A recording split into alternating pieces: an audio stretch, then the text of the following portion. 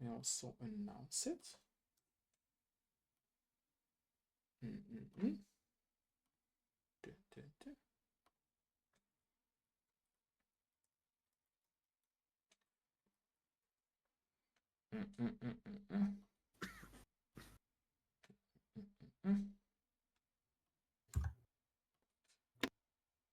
Okay, let me check if the audio and the video quality is good, and then I will sit into my original position here. 1, 2, 3, 1, 2, 3, and then I will sit into my original position here. 1, 2, 3, 1, 2, 3. Okay, let me adjust the volume a bit. There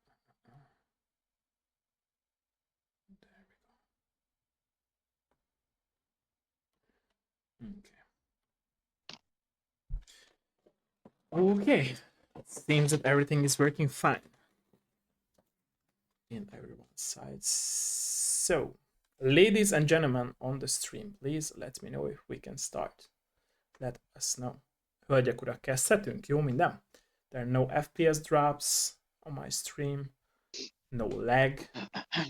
Let us know. Let us know. Kezdhetünk, hölgyek, urak? Well, I will also, before we start, I will also link the Steam pages of your games. Let me do that real quick. I did that on my Discord.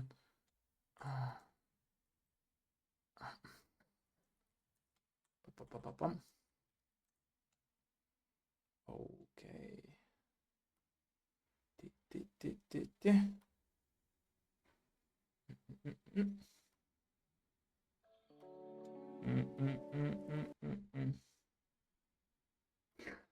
Minnie is saying on the chat that she's not aware who to look at first. So many people. True. Okay, let me know if we can start. Let me know, dear Digital Mosaic team. Let me know if you're down to start. Wait. Yeah, let's do it. Okay, right. let's wait for hydration. Health first. Health and family first. Oh, I will highlight the Steam page of Castle Dornstein. Oh, did I do it? I did it. Okay, let me know. By the way, if you can start. Let me know. Good. Oh, good. Good to go. Okay. Good. Nice. Okay. Welcome everyone in my very new episode of my Dev Live show. Today I'm joined with Digital Mosaic Games Studio. Every one of them joined us, and I'm very happy that we could do it finally. And yeah, like I'm always saying, let's start with a little bit of introduction. So please introduce yourself for us. So I am Vincent. I am the programmer. Okay. Lead programmer. Yeah. My name is Steven. I do the writing for Digital Mosaic. Okay. I'm David. I do a little bit of writing, but mostly art for Castle Dornstein. Okay. Yep. So I'm Dara from Ireland. I'm the main kind of animator, main graphics kind of lead artist, I suppose, on the project. I see. I'm Daniel. I do all of the audio work. Okay. Thank you for that. By the way, we can go in this order if you want. So if you remember this like memory game of ours now, then we can go in this direction if you're down to that. And like I said before, it was and it is still my honor, and we're very thankful that you joined us for today's episode. So my very first question would be, what was your very first contact with video games as a player, if you remember those times of your past? Of course, question goes to all of you again. So. Vincent, I think it's you are the first who are starting. Well, I don't know, to be honest. Okay. I really don't know. Yeah. Probably maybe Clock Tower. Maybe. Okay. See. back then, did you have, by the way, like a feeling that you also would like to make games, not just play games? Or is it something that developed out in your life way later?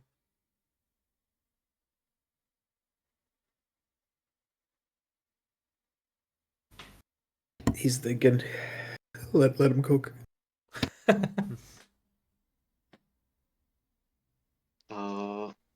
Sorry, I don't get the question. So the development mindset of yours, is it something that like was later on from loving video games, or when you started like playing games in your past, did you already have this idea of also like making games?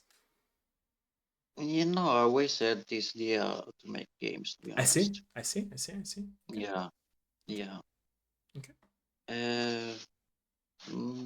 Yeah, that is. I see. Okay. Steve, what you got?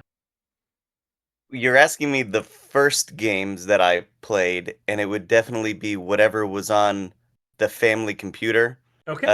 when I was a kid. So, Minesweeper. Okay. And did anyone ever play a game called Chips Challenge? I've heard Oh, of you it, but bet. I think I haven't Oh played my it. god! For me, that's the earliest seed of playing something for hours on end and yelling at the computer and getting so frustrated and so angry, and then going back again to keep playing it for another 5 hours straight. And I don't know if that feels like such a video game thing True, true, that true. is different than other mediums of just being so angry and frustrated and wanting to go back and be like, no, I have to beat that level. I have to play that again. True, true, true. I got into developing games much later, but I see. those are my earliest memories as a kid of playing something and getting angry. I see. And loving it. I see. I see. I see. Okay. It was me, right? Yes. Wow. I'm not really sure what like the exact moment, but I think it was one of the first games I played was something on like a Windows 95. Okay. And we used to have floppy disks. So I see. think it was the original version of King's Quest. I see. But I couldn't really understand it, so I was just walking around. And then my friend told me that this is like a very famous game. And after that, we started like making our games on paper. We called it literally games on paper. And we were just like making pictures of whatever like Harry Potter related stuff, like we were going through Hogwarts and stuff like that. So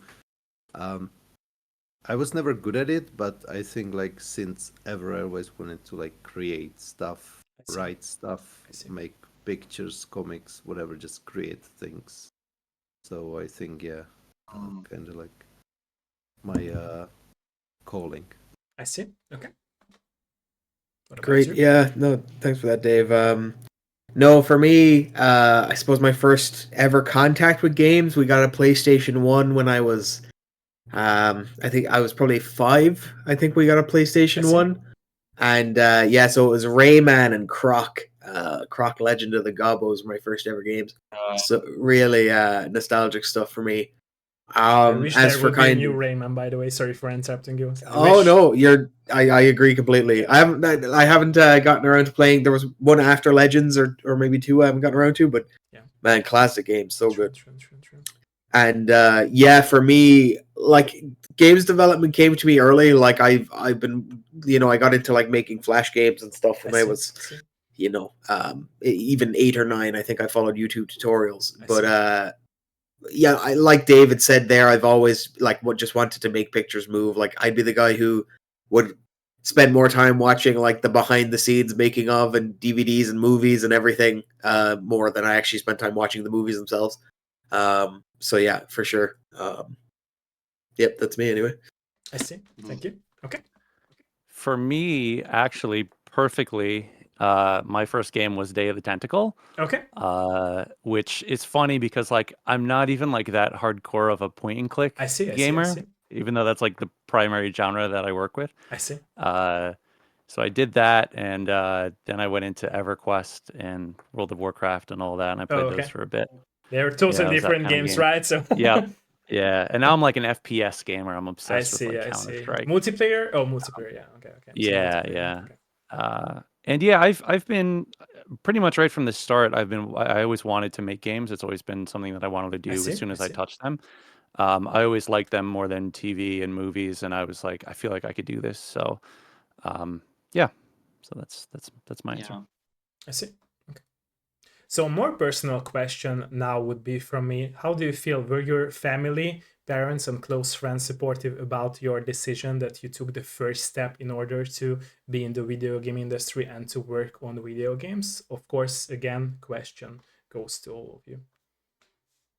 Well, my parents were very open-minded, to be honest. I see. I mean, they were they were okay to me to do this kind of work, I so see. they are happy, I see. and this for me is really a good thing. I Yeah, see. I see. yeah, they are really open mind. I see. Do you think, by the way, it's So yeah, important to have a supportive surrounding for you to be able to like yeah. maintain your dream and make games? If they do, I think it's better I see. I see. for sure. I see. Okay. If they don't, it's fine. I think anyway. I mean, if you want to do it, it's okay. I see. I see. I mean, you can do it with their support or not. I see. In the end, But it yeah, like you said, it adds more to the table, right? So it's like more helping. I think yeah. I see. I see. Thank you. Yeah. Thank you. Thank you. Okay. What about Steve? Yeah, I think my parents from an early age immersed me in art, books. My mother reads constantly. She works in a library. My father couldn't wait to introduce me to all his favorite music and all his favorite old movies. And so I think stories and storytelling was always part of my childhood growing up. I see. Okay. Yeah. What about you? Well, so I maybe you also understand how it works in like Europe countries. At least in Czech Republic, we are kind of like behind with all the pop culture and everything. Yeah, like so, parents are more close-minded, right? So about yeah, video games, yeah. so stuff, yeah, so In stuff Hungary, that I can was tell you it's pretty much the popular. same, yeah. Yes, so stuff that was popular in USA like 20 years ago just becoming Popular now, here. yeah. So yeah, so when I said I'm making games, it's kind of like, it sounds childish and you're not very Sadly, I excited. would say. Nowadays it's pretty like it's much better. I see. But I think if I told my parents that I just quit the job and go make games, I think they would probably not be happy about it. I see. But since I like do regular 9 to 5 work, I think no one cares. And I think with releasing Metaphobia and when we started going to like expos, we were invited like to London, and it's really like it became serious. So my family suddenly realized like, wow, that's actually a serious thing. We don't understand it, but it probably means something. So True, yeah. true, So, true, very true. so I Once you think get the logo on the shirt, I guess that yeah, kind of helps. yeah, And also it gets like the serious. paycheck Yeah. on your card, right? Yeah, Sure. so yeah, that's another thing. Like at least in here, like if you say that you are working, usually like older generations then mean they think that you mean like working for money. So when I say that I make art, they think, okay, how much did you make? Like I just do it for Yeah. fun, Sadly, and I would yeah, say. Yeah. so they don't understand the concept of doing something for fun, I would say, and that's the True, true, problem. Like, true. of course, you want to make some money, but at the same time, you want to do just things for fun. Do you think, by the way, people can Yeah. be educated in this topic? Like they could like be educated for like a higher level of understanding video games? Yeah, they have been a lot. Like it's kind of off topic, but I also teach art, I see. like Okay. video game art for kids. Okay. And I can see that like their parents, which are let's say like 30, 40, sometimes even 50, they start to realize that like gaming industry is like a real job. True. So they want to teach these like 12-year-old kids to learn something in this field.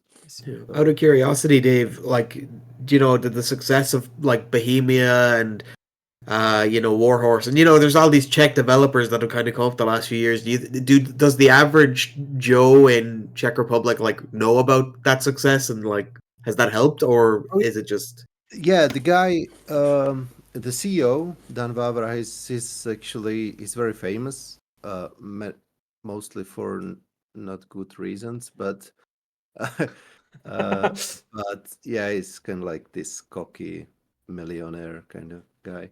But he's genius. So, and I think like like people know him probably, again, like not like 50-year-old people, but like regular people from my generation Those who know consume him, their products, right? know the game. They do Mafia, right? The Mafia trilogy is very famous all over the world. It's the original game is his, so everyone knows him because of that. True. So yeah, thanks for the question there. Yeah, it's interesting. Yeah, thank you, by the way, for the question. I appreciate that. Yeah, sorry. Rem is gonna give me some crap now because I stole his job. No. I love that. I love that. It's like I always say that my dev live show is like a family roundtable talk, so I appreciate that, and also like a therapy session, not just for me but for my guests as well. So I really appreciate that. Thank you. Yeah. No, of course. So as regards family kind of support, it's kind of an interesting topic. Like, I suppose part of the thing with Digital Mosaic is we're very casual. Like, we all work day jobs. At least I think we all work day jobs. Most of us do. We're not full-time developers. We're, like spending an hour a night after work or whatever working on it. So I think in that way, family support never came hard to, like, let's say my girlfriend or whatever, because I didn't like quit my job, at least not yet. I see. I didn't like say, I remortgaged the house for Castle Dornstein, whatever, so in that way, I suppose support came a bit easier to somebody who really took the plunge. On the other hand, the question you asked Vince about if you think it helps, it absolutely helps. Like, my mother kind of gave me my love of games. She's a big fan of like Tomb Raider again after we got that PlayStation 1. And, I see.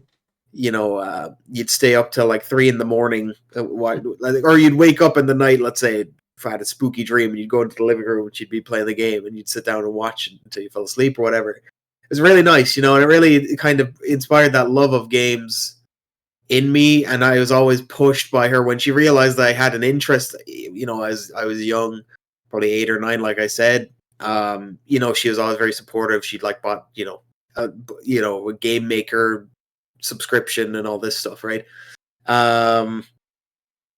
As for my girlfriend today, yeah, she's great. She even came to London, like when David said we went to London to help us run our booth and all this stuff. Nice. So I think, but look, I think you can propagate that after a certain age. Like, obviously, if you're like 12 and you're like, I want to make games, first of all, more power to you. I think that's a wonderful thing. But I also think that if your family doesn't think it's a good idea now, give it a few years, and once you're out on your own, you can just give it a shot yourself again while working a day job or whatever. Nowadays, with all the resources on YouTube or whatever, anyone can, without, like Vince said, without family support, you can just learn it yourself. True. You just need passion for it and love for making games. Yeah, exactly. Well, this is it, exactly. Yeah, there's so many resources now. Like, I went to college for games design, but you absolutely, like, a lot of my college classes came down to the teacher coming in and saying, here's a playlist of YouTube videos I want you to watch, like, anyone can learn to make a game nowadays. So yeah. True. That shows how not well is the state of university studies, right? So how they are not prepared to be on board with the current era and current knowledge of how to make a video game. It also, I feel like the speed at which game engines are developing and iterating, it's hard for anyone to keep up with. I mean, very true, very true, very true. yeah, I was just talking to a coworker earlier today at my normal job, my 9 to 5 job, and I was saying to him, like, if I have familiarity with multiple engines like Unity and I see, AGS, I see. and if I go 6 months without working in Unity, the interface could be pretty different. There could be a whole new render pipeline that I have no idea how it works, and I have to re-educate myself. So it's definitely a testament to how many smart people are in the video game industry and the video game engine industry, True. and are just always improving them at like a crazy blistering fast pace. I see. Okay. As to answer the question, my mom has always been super supportive. I've always said she's like the best mom ever. I could tell her that I want to be a magician, and she would be like, "All right, let's. I'm gonna get you a deck of cards." She's incredibly supportive. Love that. Yeah, so I've been fortunate there. I see. Okay, I was curious, how did you guys find each other? So what's the story behind the team finding each other? I was curious. I think about we should break the pattern now, and David should start since he's Okay. the eldest Okay. member. Right? Yeah, it's a. I told this story many times, but I always get lost where to start. So basically, there was in 2016. There was. Oh no, sorry. Okay, I will start with where we met. Okay. So we are making games in Adventure Game Studio. I think you probably already spoke with people who work there, so you know. For those who don't, Adventure Game Studio is basically an engine that's designed specifically for point-and-click adventure games, and it has like a community, very small community, but very strong, right? So it's very niche genre, kind of old school. So there's just not that many people, but it's very strong community. And there is a forum. It looks like the forum from the 90s, the good old one. And you can put also one of the topics there is recruitment. So if you are looking for music guy, graphics, artist, so there. And once I saw a recruitment for a writer, and back then I didn't really do much art yet, so I was focusing on writing and designing. I see. And the guy was named Tolga Ocek. I hope I pronounced it correctly. He's not with us anymore. I see. He's working on different projects. But for our first game, he was basically the lead for our first game called Metaphobia. I see. And so, just in short, he was looking for. He had this idea. He was he's still alive. He's he's an artist, and he's a great artist, but he says that he's not a very good writer and designer. So he basically needed someone to put his idea together, write the story, write the outline, design the game, and stuff like that. So I said, okay, yeah, I like your story. I can help you with that. And then we started just two of us. We basically made the entire game like on paper, and then we were looking for someone to do the coding, because back then I was kind of able to do that, but I wasn't good with like complex puzzles. I see. So that's where Vincent came in. Okay. And we called him Vizardo, by the way, because he's like probably the best AGS programmer there is. So the original idea was that I will code the game and Vince will help us with the complex puzzles. I see. But then we realized that I was not very good at coding, even with the simple stuff. So we agreed with Vince that he will do all the coding. I see. I think the original problem for us was that me and Tolga, we wanted to do the game for free. And we were afraid that if we talk with someone else, people will demand some payment. And Vincent was very kind, and he wanted to do it for free. Or like, okay, well, and he's a very nice person overall. That's really nice, by the way. Yeah, and then we started coding. We almost like went through the game, and in the meantime, we were looking for someone who can do music. I think, right? It was Steve came after it, right? We were looking for someone who can do music, and again, we already like because we were still students, so we were like, okay, we need to save some money for the music guy because again, it's expensive, right? And then Dan replied to our recruitment post that he wants to do it and he will do it for free. Okay. And we were like, are you serious? And he was already kind of like well known in the industry because of his games, and mainly like a big hit called Cathy Rain. Okay. Yeah, you know the game, right? Yes. And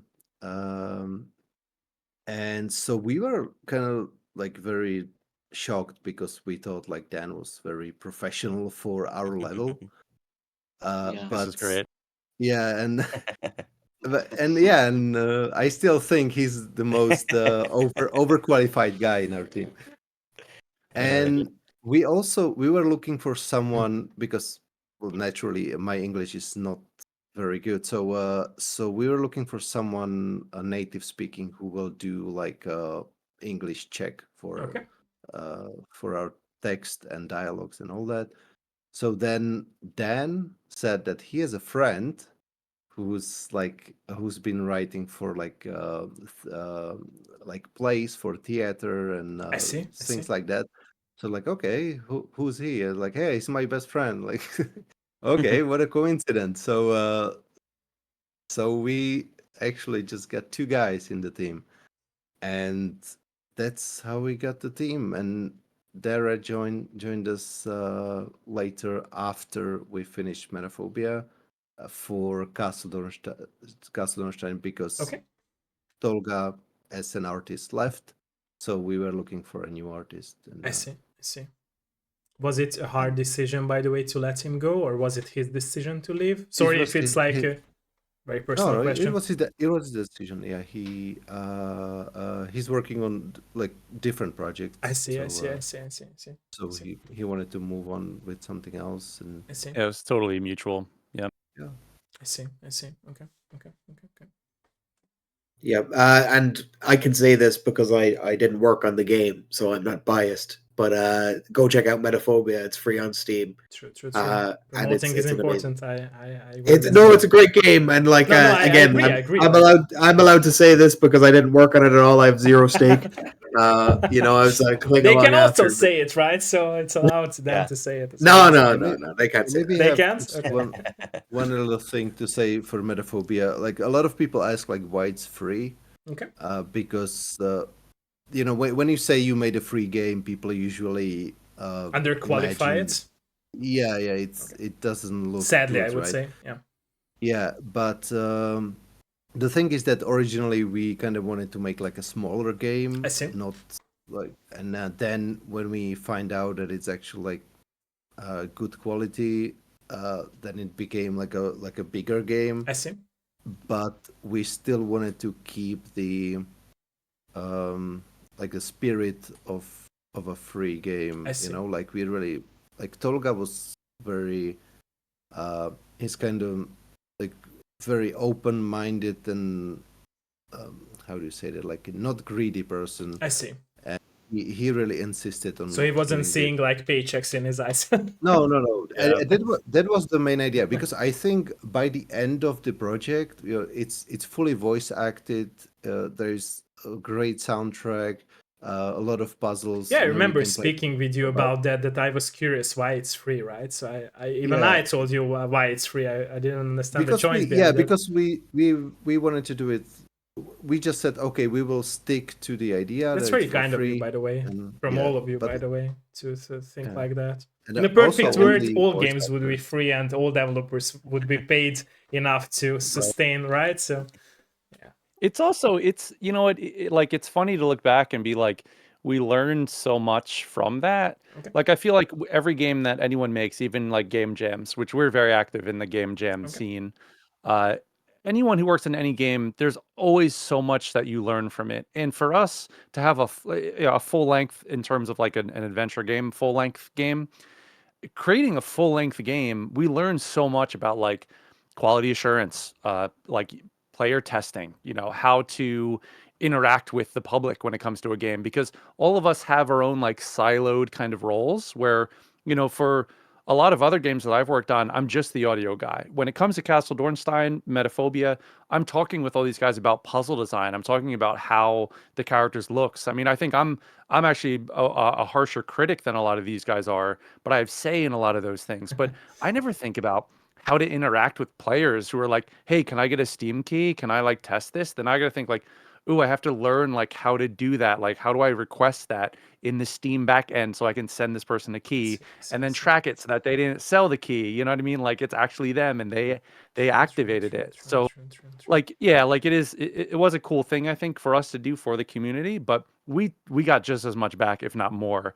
And I think that more like newer game development teams would benefit greatly from making a game that's free, like start to finish, and releasing a free game, no matter the size, no matter the scope of it, but starting in that kind of formula, which is not what we intended, but it's just what happened. And I'm really thankful for where we're at now because we made that free game. Yeah, on one side I agree with you. On one side I still think like what David said is that people somehow view, a lot of players actually view that if a game is free and it's a story oriented game, let's say not a multiplayer game, right, then people will downscale the quality of it, sadly, I would say, right? So it's like a very stupid like behavior, in my opinion, also an opinion of I don't know. We've so also weird. had people like, I feel like on Steam we've had people say like, ooh, for a free game, this is a 5 out of 5 stars. You know, we've gotten a little bit. I mean, we've had plenty of people say like, I played this game and I loved I said that too. So I boom. There we go. Yeah. So yeah, it is a double-edged sword. I don't disagree with you, but it is a really interesting kind of true. kind of thing to deal with. True. Okay. Ottó, you played the game. I played it and I said it to David instantly that, hey, why it's free? Remember that?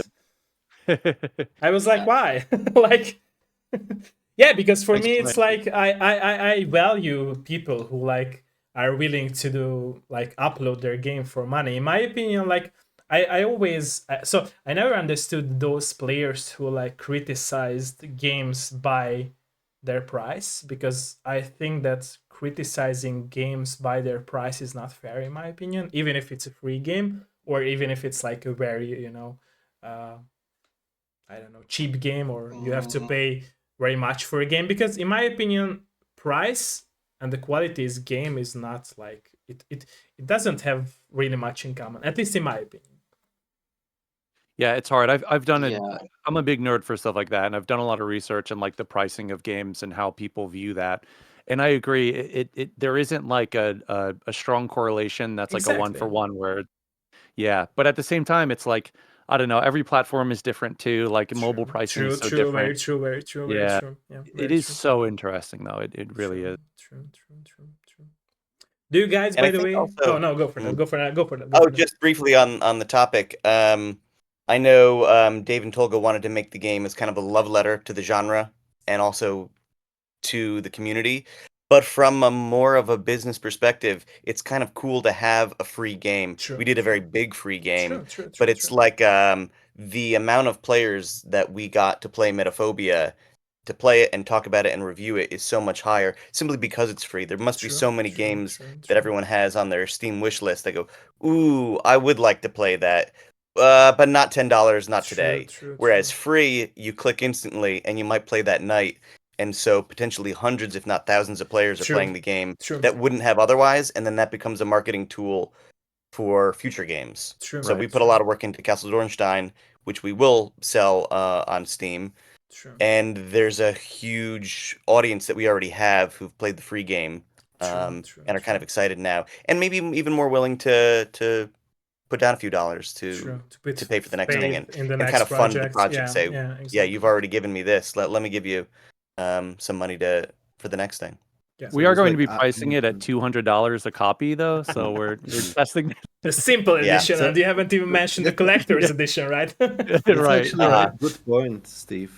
That's a good point that you said, Steve. Like it was, it's like kind of good marketing, but it was like very unintended marketing. Like after you release the game, we were like, well, it's actually kind of good that we will get some exposure. Yeah, for sure. For that. Yeah. But True. I also wanted to reflect what Dan said, that we learned a lot of things during Metaphobia development, and for many of us it was our very first serious game, and I think it was a good idea that we didn't really try to min-max the profits. I see. You know, It's understandable. We didn't really know anything about game dev. You just had fun doing the process, right? Or going through the process. Like one of the things that I really learned is that I didn't know anything about marketing, and we actually started doing marketing for Metaphobia after we released it. You know, we didn't really do any wish list. We didn't even. I think we put it on Steam like 6 months later, right? We put it just on itch.io for free, and then we put it on Steam because one of the things was we are not paying $100. Oh yeah, you have to pay once, right? It's such a small thing now. It's like, man, $100 is whatever. Yeah, you know? it's like the drop of the bucket not for the that stuff much. you Yeah, pay for. exactly. Yeah.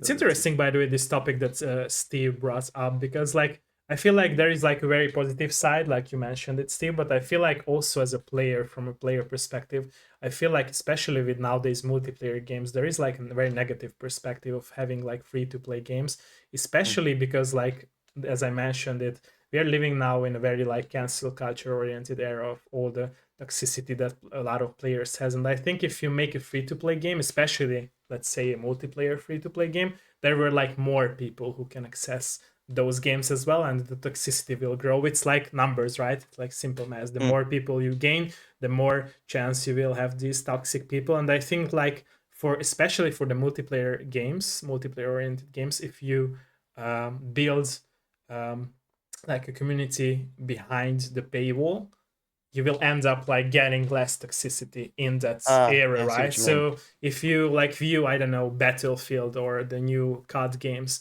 you always have to pay a price for those, right? They are not free. So basically what ends up is like less toxic players. Only those players will buy it who really want to play the game. I don't say that there are no toxic players in these games. It's just like what I understand it throughout all my, for example, multiplayer games that I played. The more free-to-play game, the more toxic players you will find, and the more cheaters as well, because like there will be hundreds of cheaters, right? Those people who pay money for it, they might there's layers to that though. Like true. If someone if a game is free to play, like I play Counter-Strike, I'm pretty sure it's free to play now. I don't think it was in 2013 when it came out. Yeah, it is. Right, it is. So it is. if I want to be toxic, if I want to cheat in the game, it's free for me to make an account, cheat, get banned, and then just make a new account. True. Or be, mean to someone and they get some kind of like social ban or something like that, and then I just make a new account.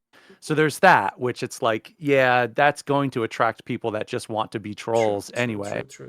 And then there is like a negative connotation towards like free games. Like there's a saying, I don't know it verbatim, but it's like in marketing where it's like, if you don't pay for a product, then you are the product, which means that if you're signing up for something and it's free and the service is free, it means that you and your data and whatever you're giving to that provider, they're using that for themselves to make money off of. So you are the product if you're not paying for some kind of product. That's how a lot of these kind of tech products exist. True. It makes sense at the end of the day, yeah, but not you with games, I think. Maybe with some mobile games, but yeah. Yeah, I mean, ultimately, Counter-Strike it's free right now, but every time they have some kind of new thing comes out that says you can buy a new crate to get some skins for $5, I'm certainly paying the $5 to open the crate, and all my friends are, and Dara is doing it, every day. So, I think that leads to some kind of like negative connotation too, because then it's yeah, you're not getting my money at the entry gate, you're getting it down the road. Once I need to get the souvenir before I leave, once I need some food, once I'm in the theme park, that's when you're getting my money. True, very true. Okay, so throughout the development process of the games that you made together, what was your favorite part of the development process so far? Of course, question goes to all of you again. So Vincent, let's start with you. I guess. Oh, yeah, Vincent, go ahead. It's Vincent. Go, Steve. Go. No, Vincent. Let's keep the order.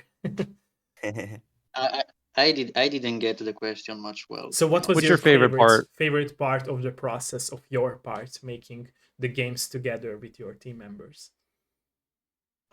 My favorite part.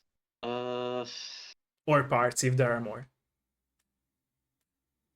I don't know. Okay.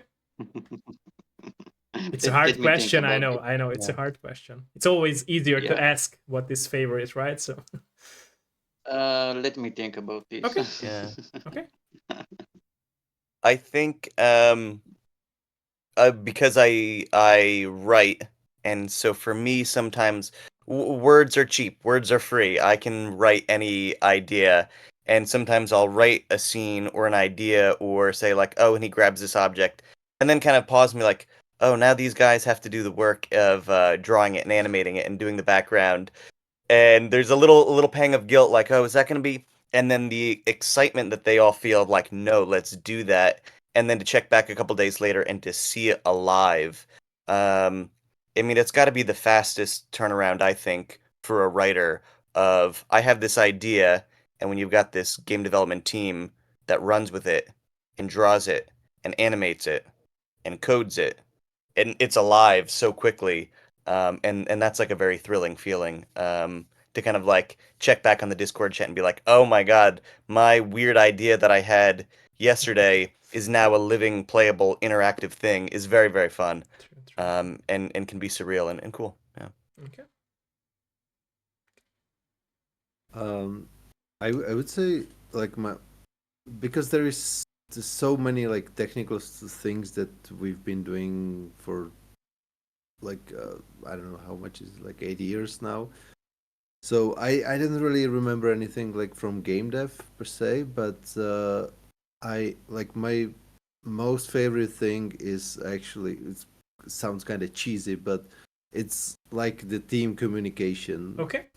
Like it's really weird in a way because we've never met in person. Okay. Well, except for that, me and Dara, we were together in London for the expo. But you see, like every single one of us is from a different country. Well, guys from US are together, but so we've never met. But I think like there is really like strong connection and feel like when we communicate, it's always really like we've known each other for many years, and I really consider everyone like a good friend. I see. That's nice to hear. By the way. So, and I really like how supportive we are, how honest we are with each other. You know, when someone makes an art, and we are honest. We just say like, okay, this doesn't look good. You know, sorry, but you have to redo it. Or, we are not just like fake friends. Like I think this is like my favorite part when like Steve said, okay, so he writes a scene, then it goes to Dara, he animates it, I will make a background, Vince will put it all together in the engine, and then Dan will add some really cool music, well timed for the scene, and then we'll just hit play and we see how it all plays out. And it's just and we always like hype in the chat like, oh my god, this is looking amazing. And this is like my favorite part always when we do do these little steps, like I said, these little steps. We always like write something, make art, finish it, do music, and then we just watch that little thing that we did. It can be just like one animation. Like Dara, he's got a lot of work with animation, so he always does like, okay, I made this little boy walk, and we just watch him walk, for like 3 seconds. Like, oh my god, it looks amazing, So these little things, these little little steps, there's The like journey 10,000 itself, right? steps to finish the game, and each step is little hit of dopamine that we get True. finishing. Mm-hmm. Okay. Yeah. David thinks his favorite thing is the friends we made along the way. Isn't that nice? True. You gotta appreciate friendship. Yeah, for sure. For me, like it's very specific, but because like I do the character animation and it's all by hand in pixel art, and it takes a long time. Like, and I don't know, Rem, if you've ever tried animation. I don't know who here has tried animation or in your chat or whatever, but like you start to really question yourself. Like when you're in deep and you're like 200 frames into an animation, you really start to think this is terrible. Like this is not a good animation. You'll really get in your head about it. And like for instance, I remember there was one scene we were doing for Castle Dornstein. We call it the dining scene. Vince is probably going to cringe when I say it. And it's like the scene where everyone's sitting around a table in the castle and they're talking to each other and they're eating and they're drinking wine and all this. And it's like 5-6 different characters all doing their own thing. And we were like killing each other like for like the 2 months or whatever we were working on the scene and implementing it, just because like, oh, you need to move this a pixel to the left or whatever. But I remember it was implemented. I thought it looked stupid. Like I felt so bad about the animation. But then Dan came in and he added the little sounds of like the forks and the plates and like the pouring of the wine and stuff. And it changed, and it still changes everything. Like when he puts those little impulse sounds in for like those things, oh my god, as an animator, it changes absolutely everything. Like Steve was kind of getting at it in his answer, but we're actually in the middle of working on a game jam at the minute, the Adventure X game jam. So we're making a new game in 2 weeks, and like it's been that kind of process on, I suppose, like on speed. Like we've been like, like Steve will write something, I'll like grind out an animation, and then Dan has a sound on it, and it's that, like David said, that hit of dopamine when you first hear the guy like put something on a table and it actually like makes a little sound. Changes everything for me. Nice. Yeah, that's my answer too. It's like it's the culmination of everything. I think that we all respect each other's crafts so much, and we know how much effort it takes to do these things, that when we see other stuff that elevates our own work, that's when it's like, oh my god, this is why I spent hours and hours doing this. I mean, I forget what was I doing the other day. Oh, I did a guy drinking a beer, because in our game jam there's an old guy who's drinking a beer, and I sat here with this water bottle for like 20 minutes. Just I don't want to do it because you probably have people listening that don't want to hear it, but I'm just sipping and I'm sitting like, no, that sucks. Sipping, no, that sucks. Spending like 20 minutes doing that. But then I see Vincent put it in, and I'm like, oh, it's perfect. It actually looks like this old guy's drinking a beer. So yeah, it's really my favorite's definitely the culmination. There's many moments in the process that I like. I really like the kickoff meeting where, for Castle Dornstein, David said, I have this idea to do like a gothic, but not really gothic, kind of like medieval, but not really medieval, kind of castle-y, kind of spooky kind of story, but it's not really that spooky. And we all have this chat and we're all like, ooh, I love that. That sounds so cool. So I do love, like, there's many moments that feel special, but it is the iterative, constant, ooh, I'm seeing it all together now, all come together. That is my favorite moment, and I think probably all of ours. I see. So going back to Vincent. Yeah, well, I mean, to me, it's like make my friends happy. I mean, Okay. hearing like, oh, this is looking good, this is looking good. To me, it's everything. I mean, so yeah, my favorite part is hearing that. I see. Okay. I Thank you for that. Okay.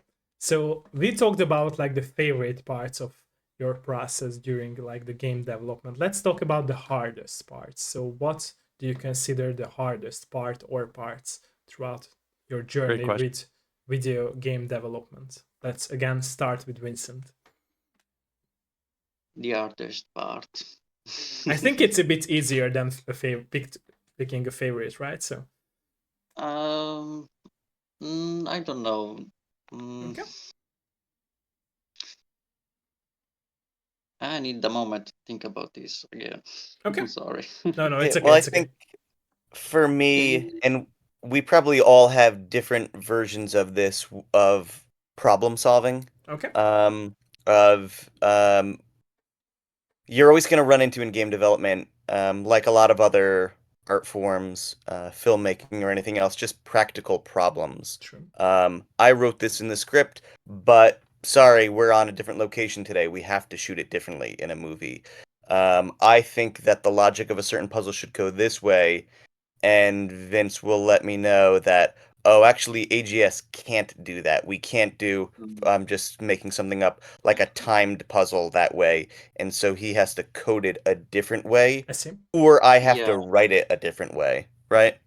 Yeah, I think that is the most difficult part. I mean, at least to me. I see. Yeah, changing something.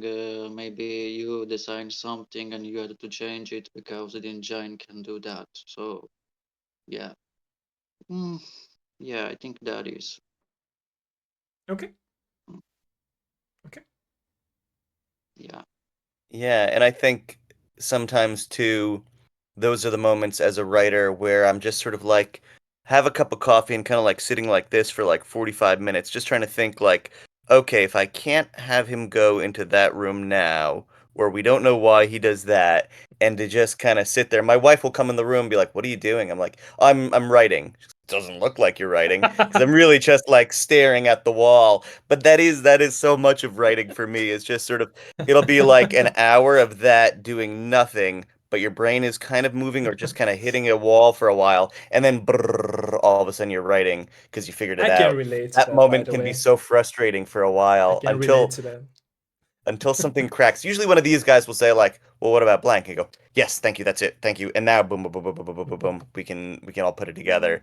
But yeah, that frustrating moment. It's not writer's block really. I mean, it's really, like I said, it's just like hitting a brick wall, and True, I don't know how to get through this. True, Yeah. true. Okay. What about you, David? I think I have like two main things. So first, maybe Steve already kind of like started talking about it, but like the first thing is like a team, like the like a technical problem that Okay. we have as a team is that like sometimes we create this like pretty cool scene or puzzle or I whatever, see. I see. and then like after maybe like 5 months we find out, oh my god, there is a plot hole. Oh, how do we fix it, and how do we like what can we do now, because when you work on a game, it make like everything makes sense to you, but then you give it to your wife or someone, and they test it and they're like, this doesn't make sense, like, who is this guy? I've never heard about them before. Oh right, we forgot to They're the introduce biggest him, right? critics, right? Yeah. So this like retconning and coming back and making these logics in the story and I see. stuff I like see. I that, see. it's kind of hard, especially when it's five of us, so we always kind of need like, I would say, like approval from everyone, so From it's not everyone. like Steve. I mean, usually Steve, we give him most of the freedom to decide, but he also comes to us for like, uh, I'm not sure if it's called like approval, but for like check, I like, hey see. guys, do you think that this guy should be in the game and things like that. But it's great to have like one mind for to keep track of all these little things. I see. And yeah, and the other stuff is that I think probably all guys relate is like real life problems, Okay. like work, family, Okay. Okay. Okay. and it's very, very hard to find free time to I see. actually sit down and work. So sometimes we have even like, I don't know, like weeks without any progress I see. because we are all too busy. And because again, it's five of us, so it means that we need to wait sometimes for each other. So let's say, Steve writes something, and then the next step is, let's say, Dara making some graphics, and I'm waiting for Dara to give me like a piece of graphics that I will finish later. So then everyone is waiting for me to finish that. Then Vincent can code it, and then Dan will at the end will do the music. And so this I would say the free time of us being adults is very problematic. If you are not a full-time developer, it's very hard. It's like going to work, and after work you have to go to work in the garden until the evening, and then you are completely tired. And yeah, it's understandable. Yeah. Would you like to be like a full-time developer with your team as well? Yeah. Are you aiming for that? Yeah. Okay. Personally, yes. Great, yeah. Okay. So all of you, yes. I'm gonna say. We'll see how much money comes in. Okay. Yeah, it just depends. Again, the money. Like, see, it matters at the end of the day. Sadly, I would say, yeah. No. I mean, like, I'd love to go full-time developer as well. But it is just, it's all about finances. It's about, true. like you said earlier with the family, support. Like, if I turned around to my girlfriend today and said I'm working on Castle Dornstein full time, she'd probably slap me in the face, because we haven't made a cent off the game. But in a year time, I think that's our current release date we're holding to. Is if it comes out, if it's a pretty good success, maybe even if we got another game after it under our belt, and those could kind of, give us a little bit of cash flow, during sales. Or and you stuff can like make that. a definitive edition from the Metaphobia game and put it exactly there for money, right? So people loved it, so now they can support you. So yeah, that's what I mean. I suppose maybe not attainable even after Castle Dornstein. I don't like, just point and clicks are a niche enough genre that I don't think that game would earn enough for all of us to suddenly quit our jobs. They are not that niche anymore, in my opinion. I think there are so many point and click adventure games releasing, like especially this year and this time around. Yeah. I think it's really coming back to its golden age, even in a better way. I completely agree, and I think it's really up and coming. But I do, like, let's say it's never going to be like Balatro, something like that, some huge indie game. Like we never expected that for Castle Dornstein, but I suppose the idea you could get a few games going under your belt, and then those might, as a group, generate enough money that you can say, okay, our next game we can all, hopefully work on it full time. Yeah, but Balatro is like more appealing to people because a lot of people loves gambling. So in my opinion, a lot of people know poker, right? So it's a great game in my opinion, but it had a success because like a lot of people are addicted to gamble, in my opinion. So it was like a win-win situation, in my opinion, at least. Yeah. Plus, it's a roguelike. Right? Exactly. Yeah, so it's like I don't want to be harsh like, with anyone who made the game. I know it's one person who made the game, right? So I don't want to be harsh because I respect everyone that work and craft. It's just, it really shows that if you pick a genre which was there for ages, like poker was always here, right? So it's like 100 years back, poker was here, and it's a great game in my opinion. It just really shows that all people who never cared about video games, they are in for Balatro. What shows, because like every person whom I talk to, they gamble and they played Balatro. See, so that's the connection there. That's the connection there. So it's not that I'm like downscaling the work of the developer who made Balatro, because like I said, it's a great game. It has like so many great options in it and segments of the game. It just really shows that if you are aiming to a genre which understand player base on a much more like mental level, which like for example Fortnite did, that they realize that okay, people are addicted to buying skins, and if you are doing it right, people will blow their money away for Fortnite, right? That's why like Fortnite is so appealing to everyone. Like if back then, like 10 years ago, you would say to anyone that can there be a game that will be appealing to almost everyone, people will say no. But look at Epic Games, they did it. Why? Because like they are releasing constant updates and also like skins which make even like, I don't know, 50-year-old people buy the skins, right, and play the game. Because I don't know, they released Gears of War skin or Alan Wake skin or even Resident Evil skin, and people go crazy about it even if they are old. So not just kids. And I think that's the case behind these games, even if it's a story game, a single player game, or a multiplayer game, that if people aim for like being appealing to wider audience, and they understand what that audience is. It's always about that, right? You have to understand your audience, whom you are making those games. And if you want to like go very big very quick, I think it's because like there are some genres which will be appealing, in my opinion, to everyone. I know it's very crazy to say, but Balatro is similar to that. If you look at the gamble stats of how many people gamble in real life, it's crazy, right? So it's like, for me, I never gamble, so I hate gambling, to be honest. And I love Balatro, but like I feel like it still shows that a lot of people are addicted to gamble. And I read so many comments about it on Twitter when they announced it, that it will be like set in the list of like game of the year games, because there was a guy who really like stated it.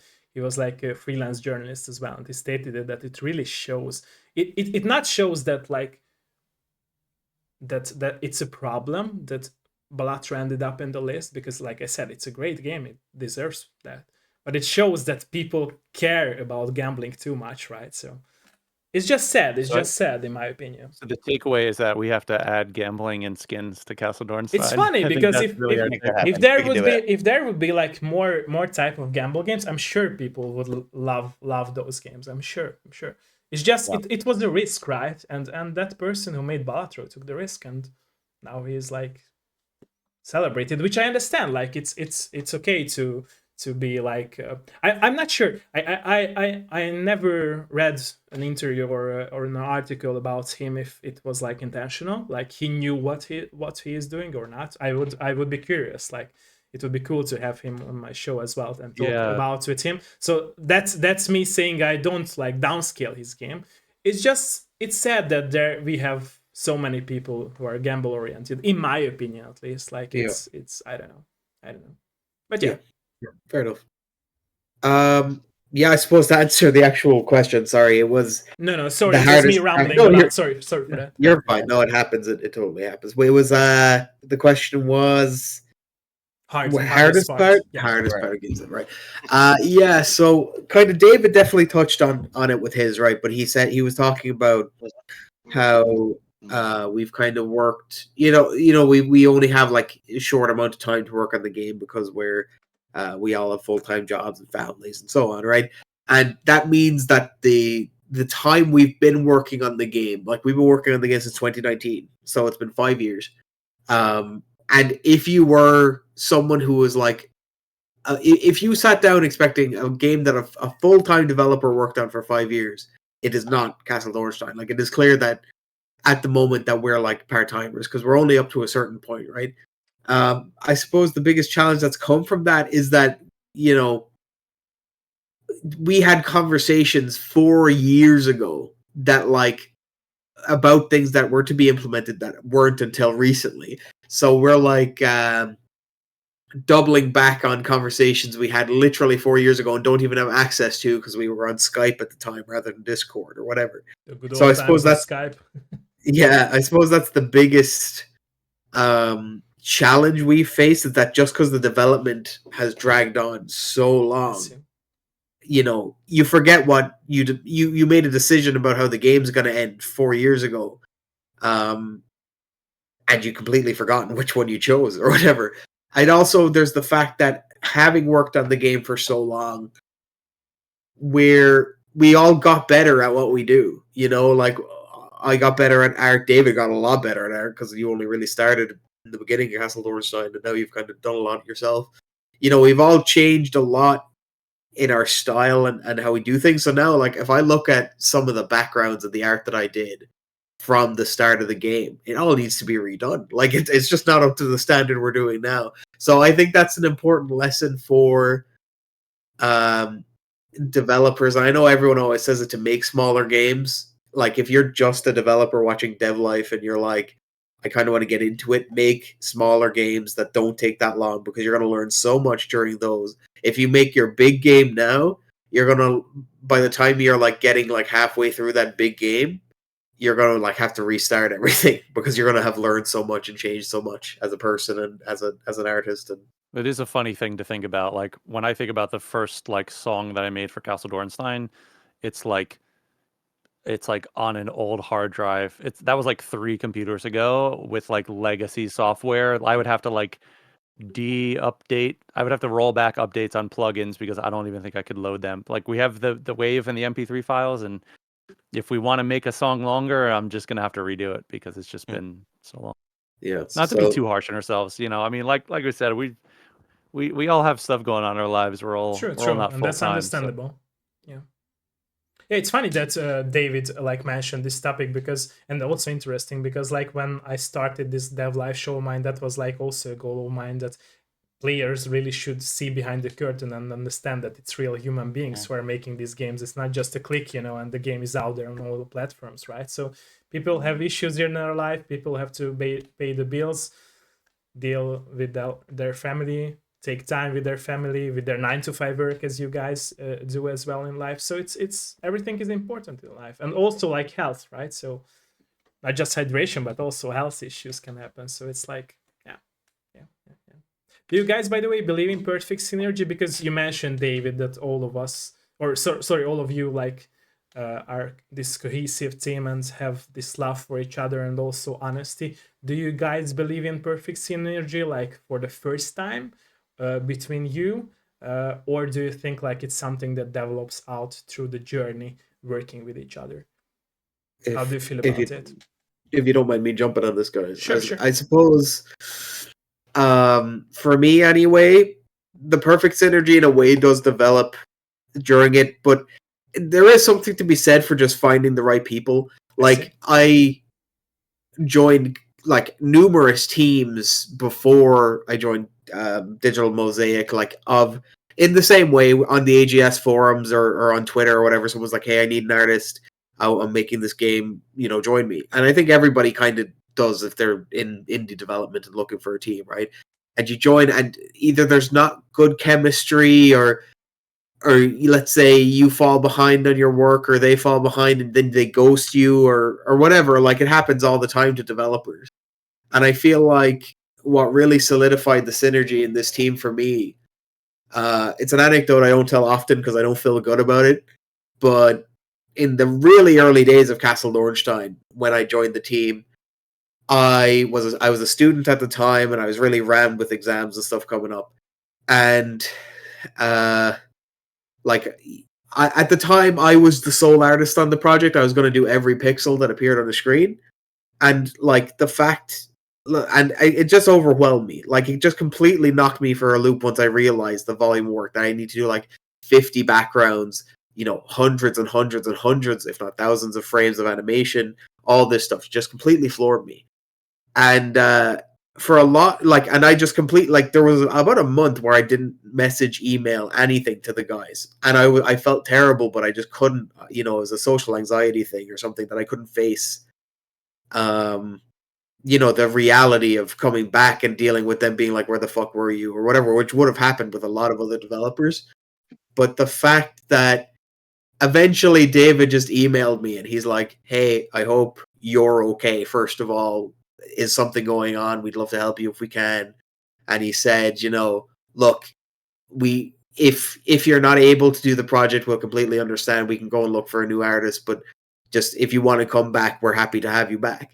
So, you know, like I think the feeling of having gone through that and kind of realized that this is a better group of guys than you kind of deal with on average helped a lot. You know, once you've gone through some shit, and if you're really there for each other, I think that'll carry you through the rest of the project, and it has.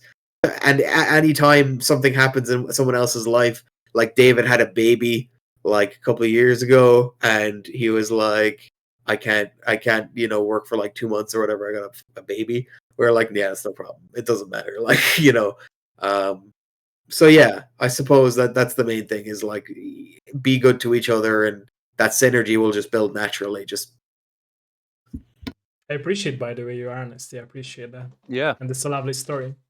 Okay.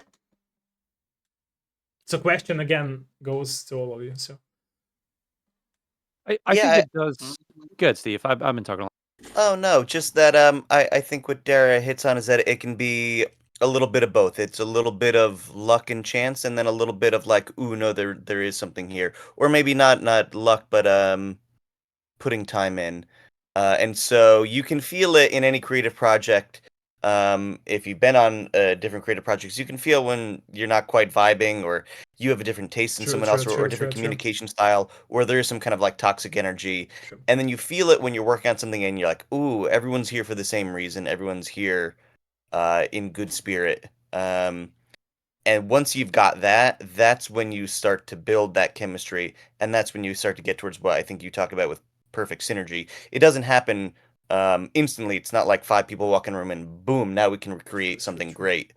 But there's a chemistry here, there's a flow here, there's an understanding here with potential.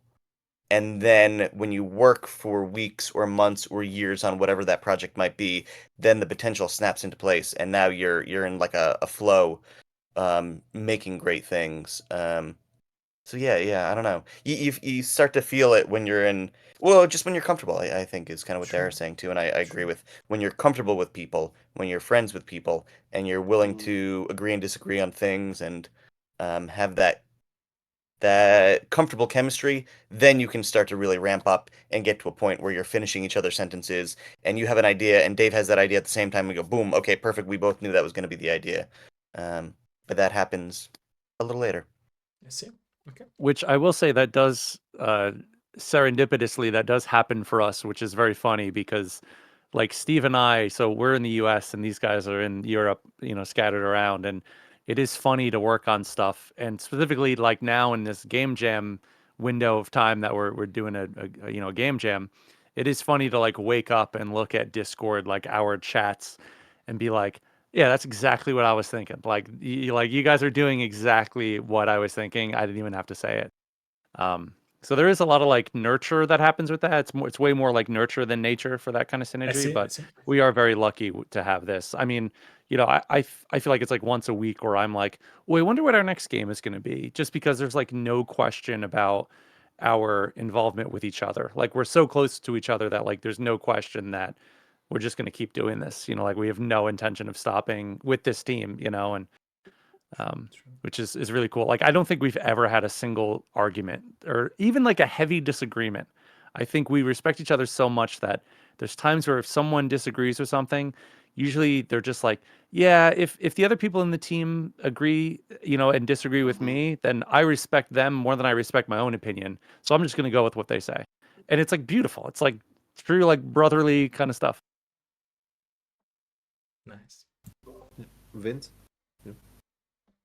Well, personally, I feel it. I feel it very, very soon. I mean, if I have to work with someone that I don't feel like that chemistry, I feel it very, very quickly. I see. So yeah,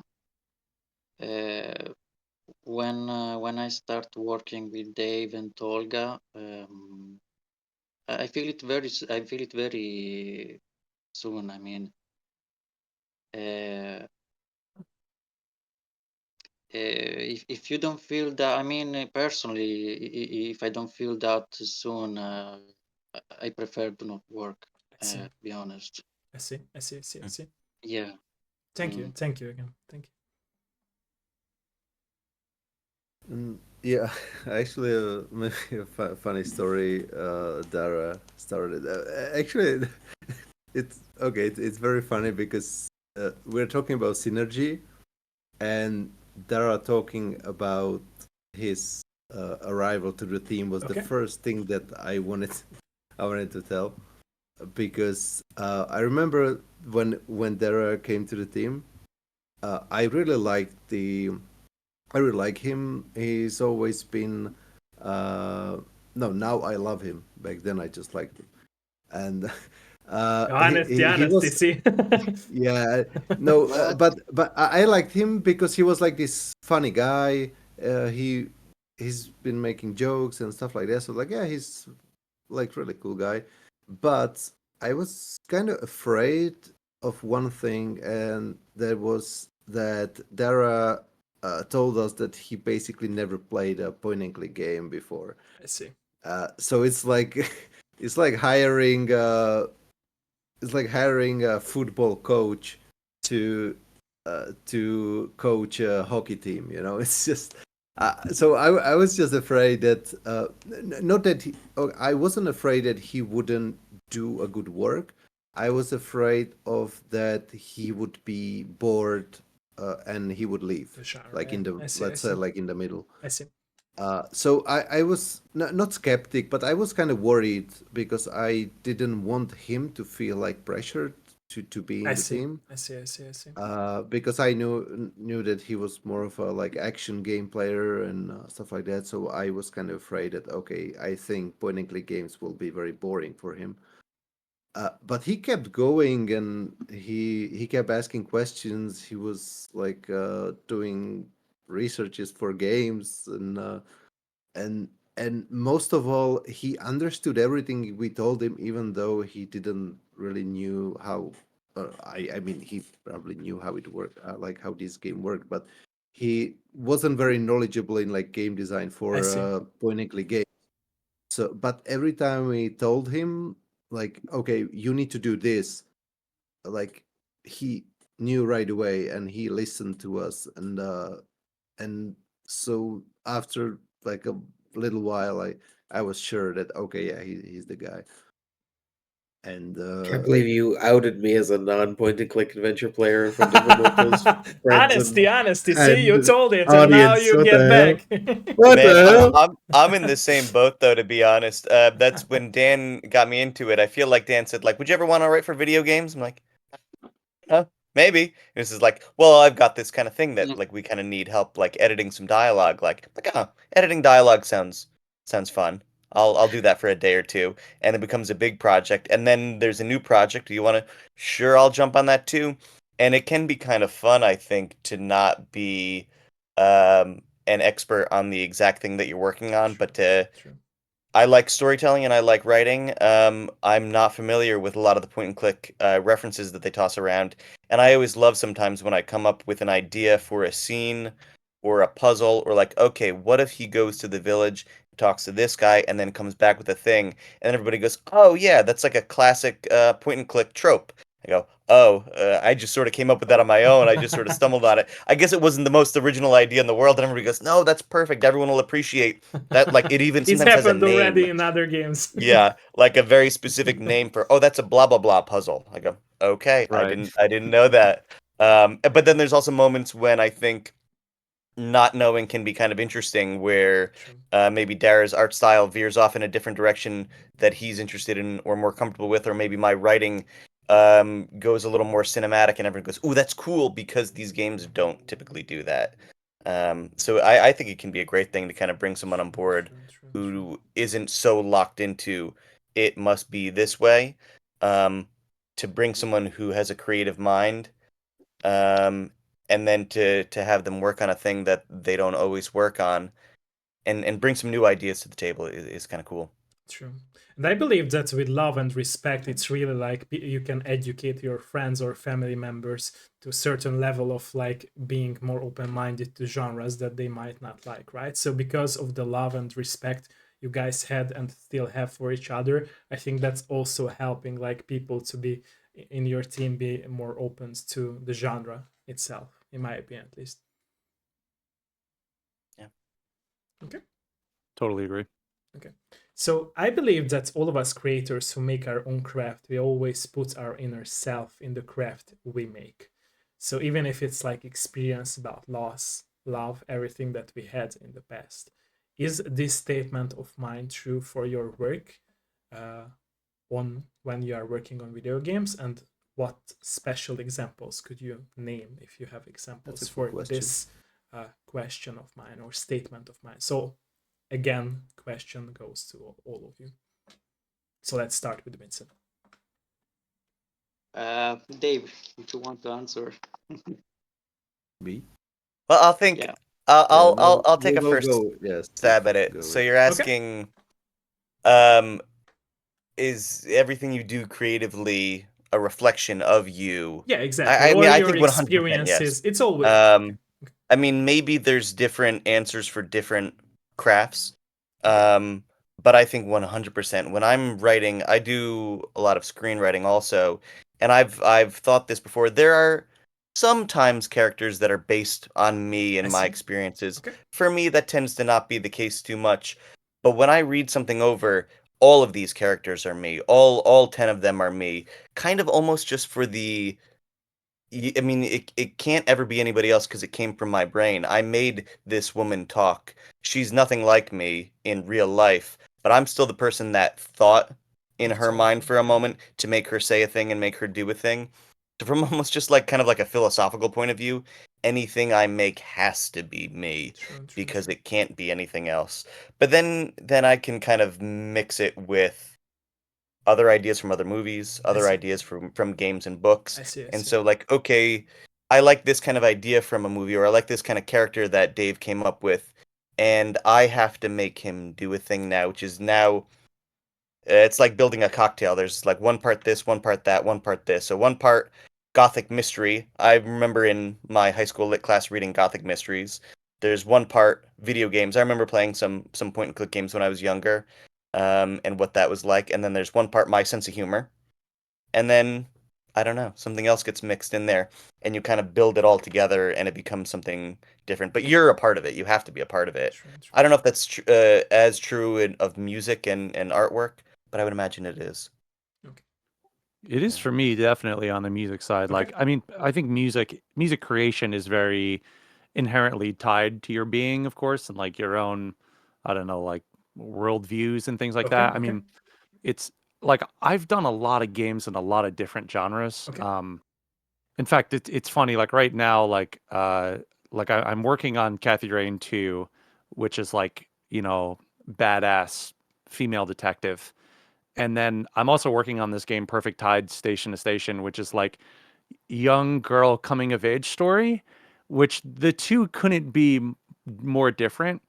And Castle Dornstein's like classical Baroque music, you know, like so limited with what I can do. But all of those things, you know, they have different colors, like different brushstrokes, but it's all from the source of me and my own kind of like journey in music. Like when I was a kid, I really liked heavy metal. I grew up with like heavy metal. That was like my genre. So there's so many times where Castle Dornstein, I'm adding in a string part that's like, oh yeah, this could be on like a heavy metal, you know, like dun dun dun dun dun dun dun dun. I'm like, yeah, that comes from me listening to heavy metal as a kid. So yeah, I think it's like I said, it's different brushstrokes, it's different instruments, but all of the if there's other magic that's behind that, it definitely is my own personal being that's kind of coming through. That's the backbone of it, and it's just got a different paint of coat on top of it. That's a beautiful question, by the way. Thank you. Okay, who we should go with? Vincent? Oh, well, I mean, I think regardless video games, I mean, whatever you do, it's always something, I mean, part of you, you know? True. Okay. So, yeah. Yeah. Okay. Dave, so what is no, go for that, Vincent. Yeah, sorry, Vince, did I interrupt you? You started to say something, No. Vincent. Oh, okay, sorry. No. I think he was passing it over to Dave, yeah. Okay, sorry. Oh, sorry. Yeah, well, with I so before I started making art, I always was very much into writing. I see. Since, like I said at the beginning, when I was a kid, I always I like reading, but every time I started reading a book, I stopped in middle and I just had to write something, you know, like I just need to create stuff. And so when I was writing, I think it was like Steve said that in writing it's very much about you. But then with art, I'm not very sure, at least personally, I don't feel like when I do art that I put something personal there. I feel like I'm just trying to make some patterns to work. It's more like I look at it like more technical work. I see. However, so before we started the Castle Dornstein, I was like designing the story and stuff like that before I even showed it to guys. And with this particular case with Castle Dornstein, I think it was kind of very personal because it's taking place in Czech Republic. I see. And it was originally designed to be presented to Czech developers. Oh, okay. But because I didn't actually, when we finished Metaphobia, I didn't know that we would have time to start something new. I see. And even if we did, I wanted like have like one Czech, like traditional point and click Czech game, because back in like 99, 2000, these games were very popular here. And so I wanted to do something like that. And so the whole design is kind of like around Slavic culture. I see. And I think Witcher 3 kind of like skyrocketed this Slavic culture publicity, if that's it. But like even like 10 years ago, not that many Slavic stuff was around. So my idea was, I had this idea like even like 3 years before Castle Dornstein was even started. But my idea was like to present like a Slavic story, you know, like with folk, not even like Slavic like creatures and stuff like that. I mean like regular 19th century life in Bohemia back then. I see. You know, something. Imagine like, you know, when someone says Victorian England, you know, everyone already has this idea in their head because it's so iconic. So I wanted to bring the Czech Victorian to the world and say, okay, this is what Czech looked like in 1853 or whenever it's the year. You know what's interesting, by the way? Sorry for interrupting you. When I was a kid, I used to play with Robinson Crusoe game, and it actually was made, if I'm correct, I might be wrong about it, but if I'm correct, I remember it playing in Czechoslovakian language. Do you know that game? It was a point-and-click adventure game, a 2D game. I've never played it. Yeah, there was even a joke when like Robinson Crusoe said that Mama always told me not to mess with like unknown fruits, and he farted after that. Yeah, you told me about that. You played it, but when we were chatting. But I've never played it. Okay. I googled the game. I think I've never even seen it before, yeah, it's called My Robinson or Me Robinson or something like that. Yeah. Okay. Yeah. Okay, I'll check it out. Okay. Honestly, I've never heard of it. Okay. But maybe it wasn't. It's very hard to find, by the way, online. Some people are selling eBay copies, but yeah. Okay. What about you? So. Oh no! You still. You wanted to say something. I just wanted to say So this is very like specific question for me because like this is part of my culture. I see. And I always. And that's a very nice touch, in my opinion. I remember how I like when Steve is asking like specific questions for writing, and what I love the most is when he's doing his own research. And then he comes up with like names and like legends and like, wow, this is great. And he even taught me about some legends I've never heard before, you know. so it's really great. Nice. Personal to me. Okay. Yeah. So for me, I think David did a great job touching on something there, that when you're not writing a game or directly involved with writing the game, it can sometimes feel like, you know, that maybe you're not putting yourself in as much as you're trying to realize someone else's vision. But I think when it comes to something like a point and click adventure, especially one that's kind of as moody as Castle Dornstein, a lot of the artist's job is building up an atmosphere and a general overarching atmosphere, and working a theme maybe from the writing into that art. And I think that like the actual writers, David and Steve, might disagree, but I've often thought that the actual theme of Castle Dornstein is in a way grief. Like when we meet the Dornstein family at first, they're grieving the loss of the recent loss of a loved one, but it's also kind of an overarching point in history where, let's say, the game's set during the Renaissance, and they're feudal lords, like they are on the way out. You know, the Renaissance really marked an end to that kind of entire hierarchy and the aristocracy. So we see the castle is falling apart, and kind of degrading over time. And in a way, they're grieving for that era, for when they would have been on top of this really, let's say, lush village. Now it's like this crap little farming village with this dilapidated castle. So I think in that way, having an understanding of grief and that feeling of like everything crumbling around you, even though it's not, it does help. Like, it did help build that atmosphere into the game. So yeah, I think that's probably the most I could say on it. Just that, you know, as an artist making games, you don't really have the same experience like as making a painting.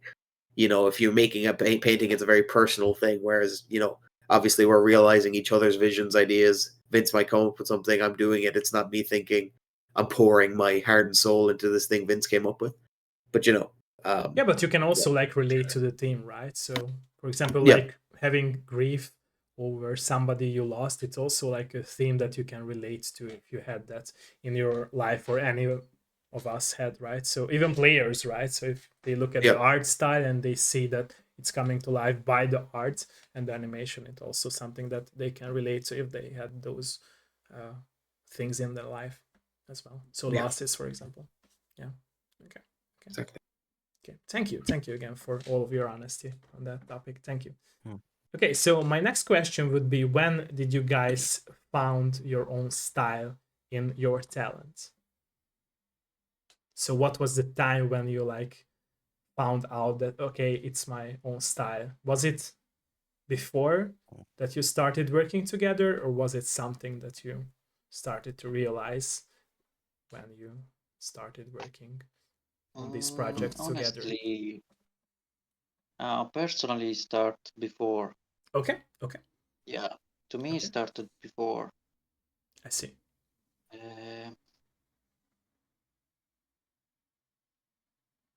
Yeah. Okay. What about you, Steve? I think, it's always in flux a little bit, style, and it can be changing. And as I find myself reading and consuming and playing new things, it's always changing a little bit. I remember, like I said, I do a lot of screenwriting, and right after college, really wanted to do that as my main outlet creatively of writing. And I feel like I had ideas for, maybe this will be kind of like a mystery. And as I'm writing it, I put in some funny characters. I'm like, actually, those are the main characters. And then it's funny characters walking through a mystery. I go, oh, oops, I kind of made this like a comedy. And then one time you're like, all right, I really want to do a horror movie. I've got this idea about um, this bug that gets bigger and bigger, and it's this kind of monster creature. I'm like, all right, I don't know quite how to tell that story. And I'm like, okay, what if a young girl finds the bug? And then it ended up being a comedy about like a girl who finds a bug, and like, oh, oops, I did it again. I made this funny. And then realizing at some point, I don't know when that was, a few years after college, this is maybe like 10 years ago now, that I discovered like, oh, I think I always have to infuse some of that into my writing. And if I have a style, it's that. And I should, I shouldn't be running away from that. I should always be kind of running towards You have it. to accept it. Yeah. Yeah. That if I keep accidentally putting humor into things, and maybe that's just what I'm doing here. And that, it doesn't always have to be 100% your stamp on a thing. Sure. But I remember discovering that and being like, oh, okay, I think this is a thing I can't ever remove from myself. I think this is a thing that I'm It's always also going to again a have to do. personal touch from Yeah, yourself, yeah. right? So yeah. Okay. I think David, it's your turn. Yeah, well, it's a tough question, but good question, but tough. Thank you. Yeah, I think like I've been always very much into like dark stuff, but it's really weird because I hate horrors in a way, like like movies, because I don't like the tension. I see. But I love atmospheric stuff, so I see. I love like reading horror, I but see. not see horror. Seeing. Kind Okay. of. Like I'm a huge Lovecraft fan, so I like the depictions of stuff or the lack of depictions of some things. So I think like every time I do a lot of game jams, even before we started our studio. I don't know, I made like, I think this year it was like 19th, something like that. And I feel like almost every time I want to try something new, and I did sometimes, but I think I always come back to this like atmospheric dark kind of thing, something in the dark, just a little bit of light. And so I think that's like my, I don't know, like when I do something, when I paint like with acrylics or something like just that I don't even think about, I always do something more like how do you say that, like not very like bright, or like it's kind of like everything is in a fog. I see. So, and with Castle Dornstein, I think that's what I try to portray it, and I think it's kind of a gloomy game. It's not very dark, but I think I think that's probably shadows in the castle, and even when you're outside in the village, it's overcast and there's clouds. True. I know what you mean. There's a certain style. True. Okay. Yeah, so I would say that's kind of my style. Everything's the same. Thank you. Yeah. What about you? Yeah, so for me, it's an interesting question. Okay. I don't think you can really be too beholden to one style. Okay. As regards, it's kind of a cop-out answer. I don't want to be too wishy-washy. Like, I know when people say, did you realize your style or whatever, they kind of mean, your visual, in art, it's kind of your visual, like, calling card, right? And to be honest, I've never really had one. It changes constantly. It can be small things in art, in my opinion, as well. Like, very small things. Like, coloring, like, let's say, like, very, like, small, like, details, if you like. I suppose on the macro level, the reason I got into pixel art specifically, like instead of, let's say, 3D or whatever, it started with like making Minecraft skins. Like that process of like, I want to make my guys. So I had a different one every week because I'm a wizard this week or whatever. So I'd be constantly making them, and that teaches a lot of the basics of like shading and stuff. And then from there, I started applying that. Like I said, I was working on little Flash games and stuff since I was 9 or whatever. So I started applying that there. And I suppose, I think everybody who likes pixel art has that kind of a retro mind. Like, they're like, oh, like, I played, like Steve said, Chips Challenge or whatever. Or like, Monkey Island or Indiana Jones. It just kind of sticks with you. So I think that's on the macro level. That's why I got into pixel art, was starting with like out of necessity for Minecraft skins. It's stupid, but like it's not stupid. Why do you say that? Yeah, it's a little people kind of cringe, especially because I was probably like, I'm the youngest guy on this team. I hate to dox the other guys. You have to appreciate your inner child in yourself, in my opinion. Don't like be that person like society tells you to, like, forget about your inner child. It's not true. It's not true. I appreciate that what you have said. It's not a stupid thing. Okay. Yeah. Well, also to bounce off that, it can be funny sometimes to realize that creatively you gravitate towards, even if you think you're going in like such a different direction, sometimes to realize, I'm always kind of recreating this childhood favorite game of mine or whatever. I was talking about that I tried to write a horror movie and it ended up being like a coming of age story about a girl and her pet bug. And I remember like after I finished it realizing like, oh, so many of these story beats are E.T. And I think I've probably seen E.T. more than any other movie in my life. It's like such an early memory of being sick at home when I was a little kid and being like, this is what I want to watch with my mom. I'd watch it twice in a row. And the language of that movie, the visual language of it, and the tone of it is so in my head that I'll probably end up writing scenes years from now, something totally different, and then realize this scene of the mom coming home like, oh my god, I did E.T. again. I can't believe it. And so there is something, so those formative memories of the first things that you like, they're just in your DNA forever. True. I agree with you totally on that. You can't help not being influenced by those childhood experiences that you had. Yeah. I also think there's worse things you could make accidentally than E.T. the Extraterrestrial. Oops, I made one of the greatest films of all time by accident. Yeah. My bad. Or oops, I made a pale copy of it. Yeah. Yeah. Mm-hmm. Yeah. Okay. What about you? You know what? I feel like after making Metaphobia, Okay. that really helped me discover like my voice a bit when I it see. comes to making music. I see. Because working on Catherine and then Metaphobia, that was the two like bigger games that I had done I up see. until that point. I see. And from there, from there, I feel like it like Steve said, I gotta echo that. Like it just changes so much. Like, you know, I work on a project and I put so many hours into like a soundtrack and then I release it, and then I'll, you know, get hired to do a new project and I'm just doing little drafts. I'm sitting at a piano or my guitar and I'm just kind of like coming up with melodies and I'm like, ooh, this melody is slightly like one from the last game. I see. And before you know it, it's like, oh, I'm doing this whole like approach to like textures and sounds that I took from experimenting from the last game. So it is always in flux. Maybe it's kind of like, you know, say you know, like your human body, like all your cells kind of change every 8 years or something like that. So maybe all of our art kind of does that as well. Cause I mean, the stuff that I make now is so different than, you know, at a real like atomic fundamental level is so different than the stuff that I was making 8 years ago. So, um, yeah, but that's a beautiful thing. It's a good thing. You know, I mean, as I age, True. my music is it does different things that I wouldn't be doing when I was younger, and you know, for better or worse. So True. yeah. Very true. Okay.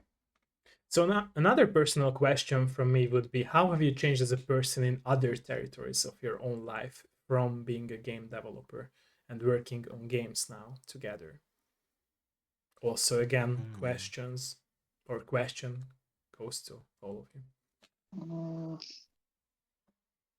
But well, to me, it doesn't make much difference, to be honest. Okay. I don't feel this too much. I see. Yeah.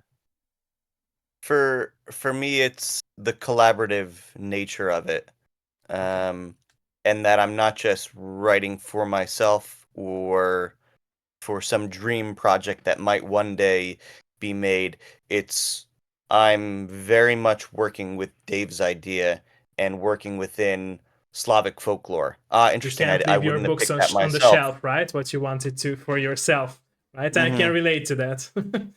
Because you have to be there for others, right? So yeah, and that can be exciting, I think. True. To collaborate and work with other people's ideas, and you end up building something together that you couldn't have built yourself. True. And I can relate to that is about that a personal writing. thing? I think that is kind of a personal thing. Yeah, I like outside, I to appreciate. You can appreciate that in the workplace too, even like working on a project or a thing, or just trying to problem solve something at work, and appreciating. Oh, I can only go this far, and then he'll take it this far, and then she'll take it the rest of the way. And being comfortable with that, I think, is a skill set. It's like that throwing a is ball to each other, right? And then the circles like closes at the end of the last ball. and getting comfortable with that. True. Is something that I think I've gotten better at. Okay, thank you. Okay, what about you, Dave? Yeah, actually, I think only after this call I realized how much this game actually changed my life. Okay. Thanks to these questions. You're welcome. Because so I was doing art before, but very just for the game jams. You know, I basically did pixel art like once a year or twice a year, or I was doodling for fun, just a little bit. But then when we started doing the Castle Dornstein, and we decided, okay, we need a second artist, and I don't know who it was, maybe Dan or Steve or someone. They said like, hey Dave, I saw on Twitter that you made some art. Like, do you want to give it a shot? Like, well, I guess. And I just tried, and then I figured out.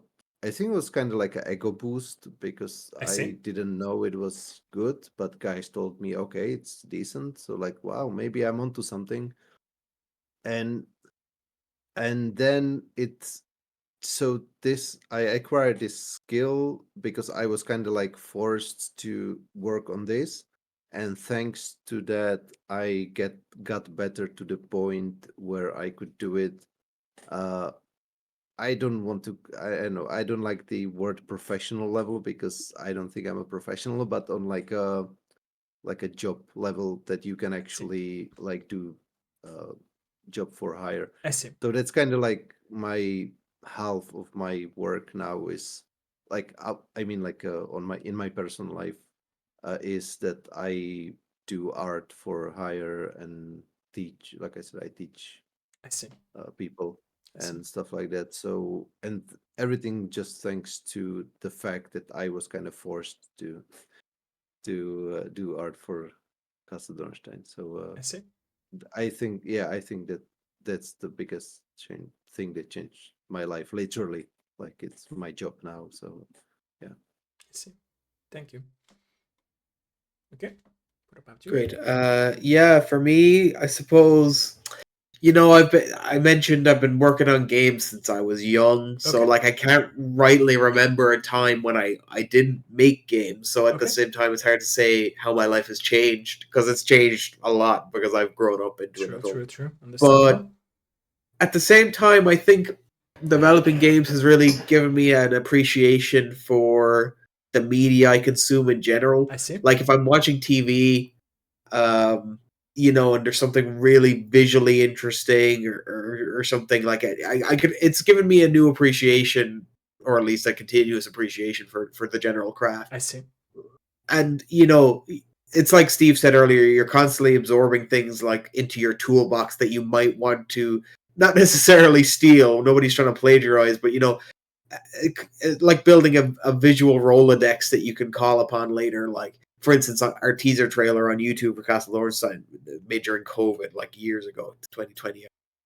Like, there was a good chunk of that I basically visually took from a scene from like Star Trek: The Next Generation, things from like obviously Dracula is kind of the biggest like visual inspiration for the game. So like on one hand, when I'm watching media, I'm constantly ingesting interesting visuals that I might at some point want to either appropriate into my own game or even just like take a bit of inspiration from.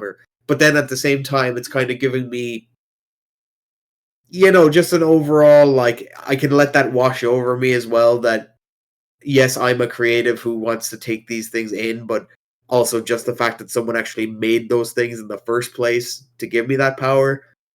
Same with games dev, obviously, or playing games, because obviously you play a lot of games, and you just see like, like some little animation that would have taken,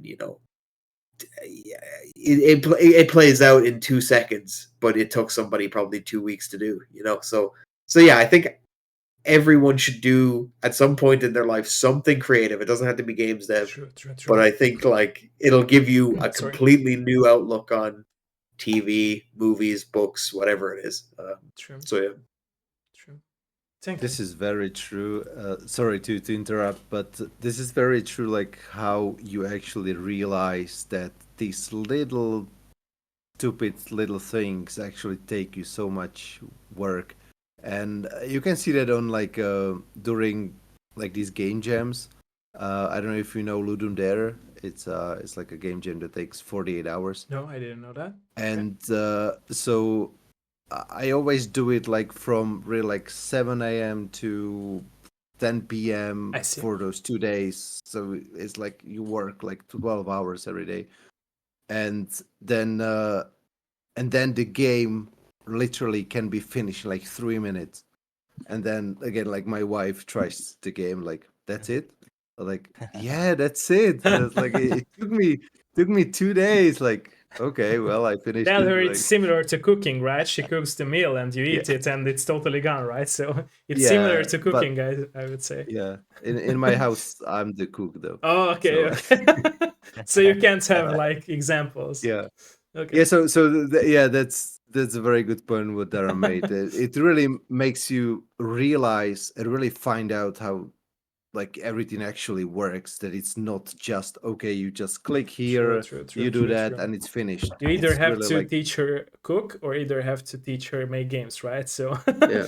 But no, I think your cooking analogy is a really strong way to put it. Like if you're in a restaurant and you're like you order something you've never had before and it might taste really good and you're like, oh, that was great. But if it's something complex that you've tried to make yourself, like let's say fresh pasta, like you know, you go home, you try to make fresh pasta, and it's like, oh my god, there's a lot that went into this, a lot of care, and someone's hands touched it, and like did this and that.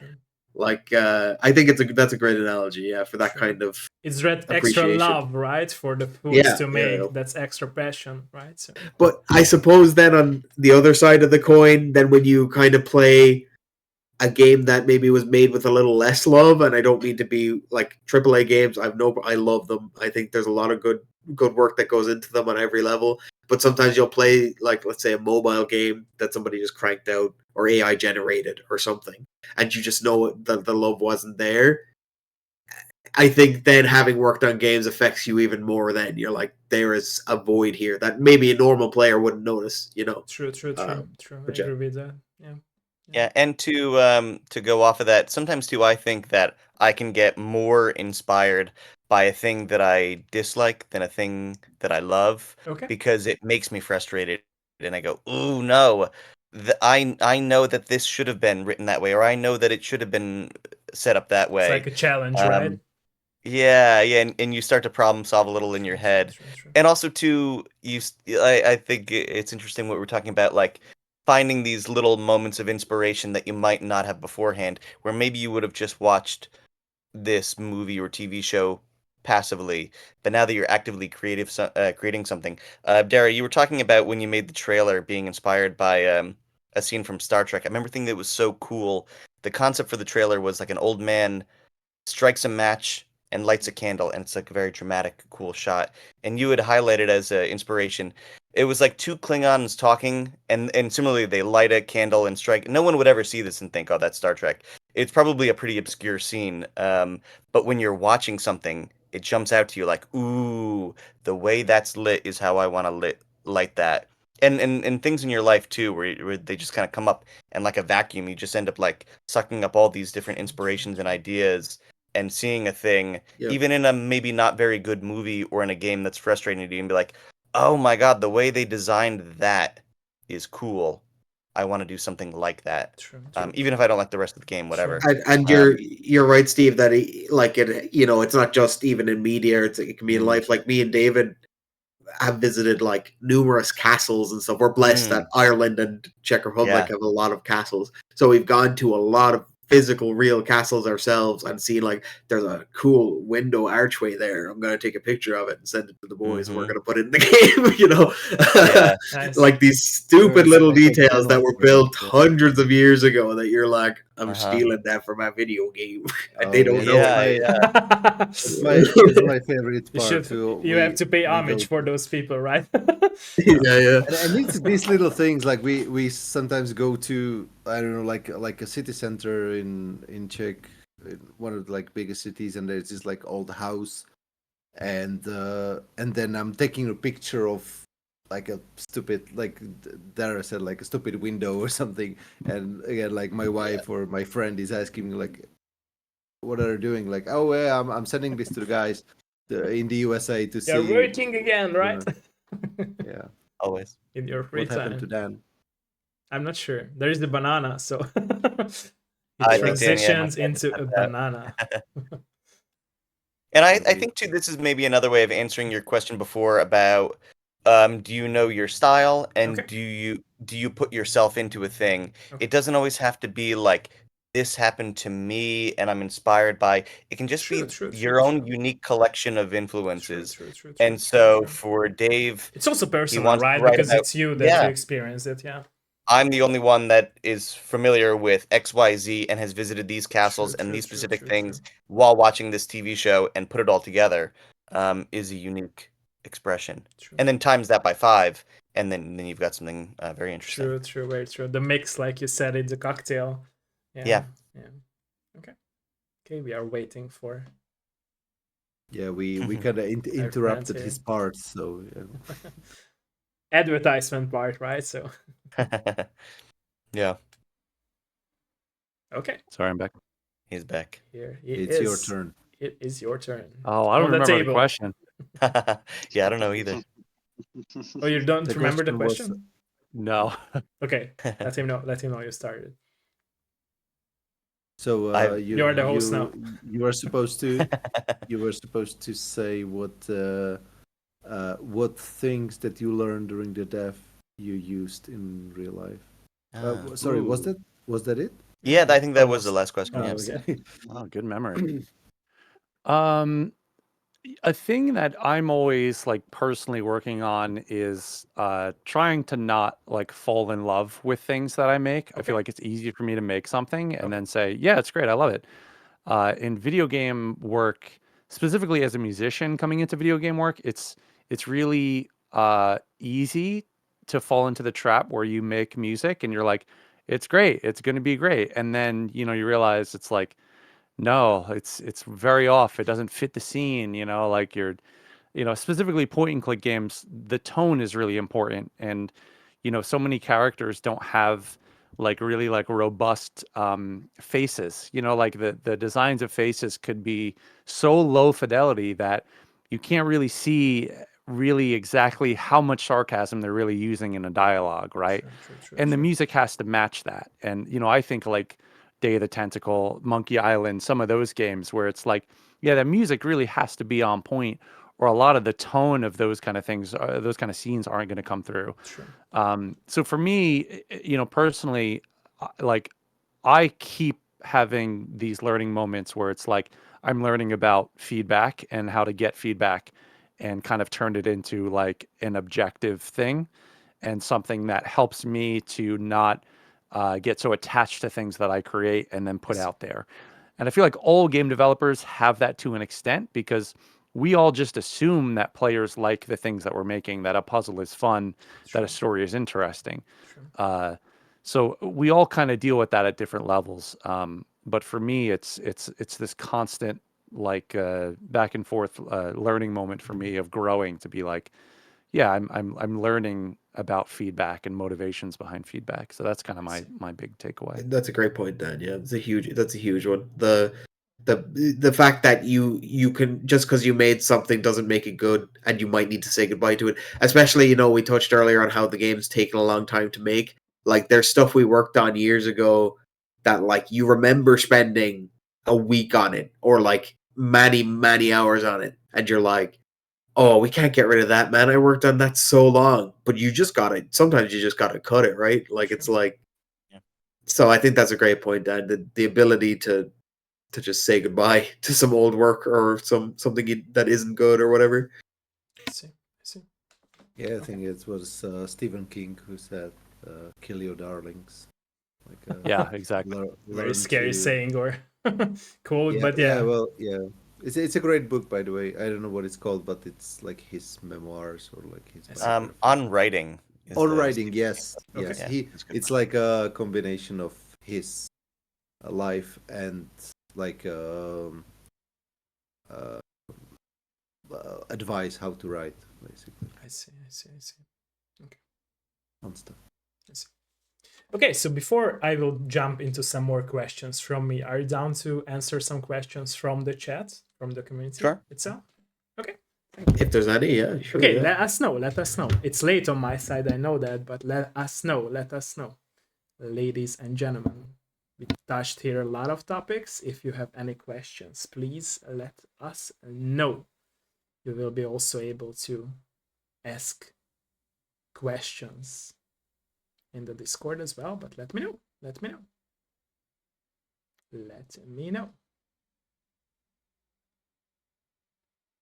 Are there any questions?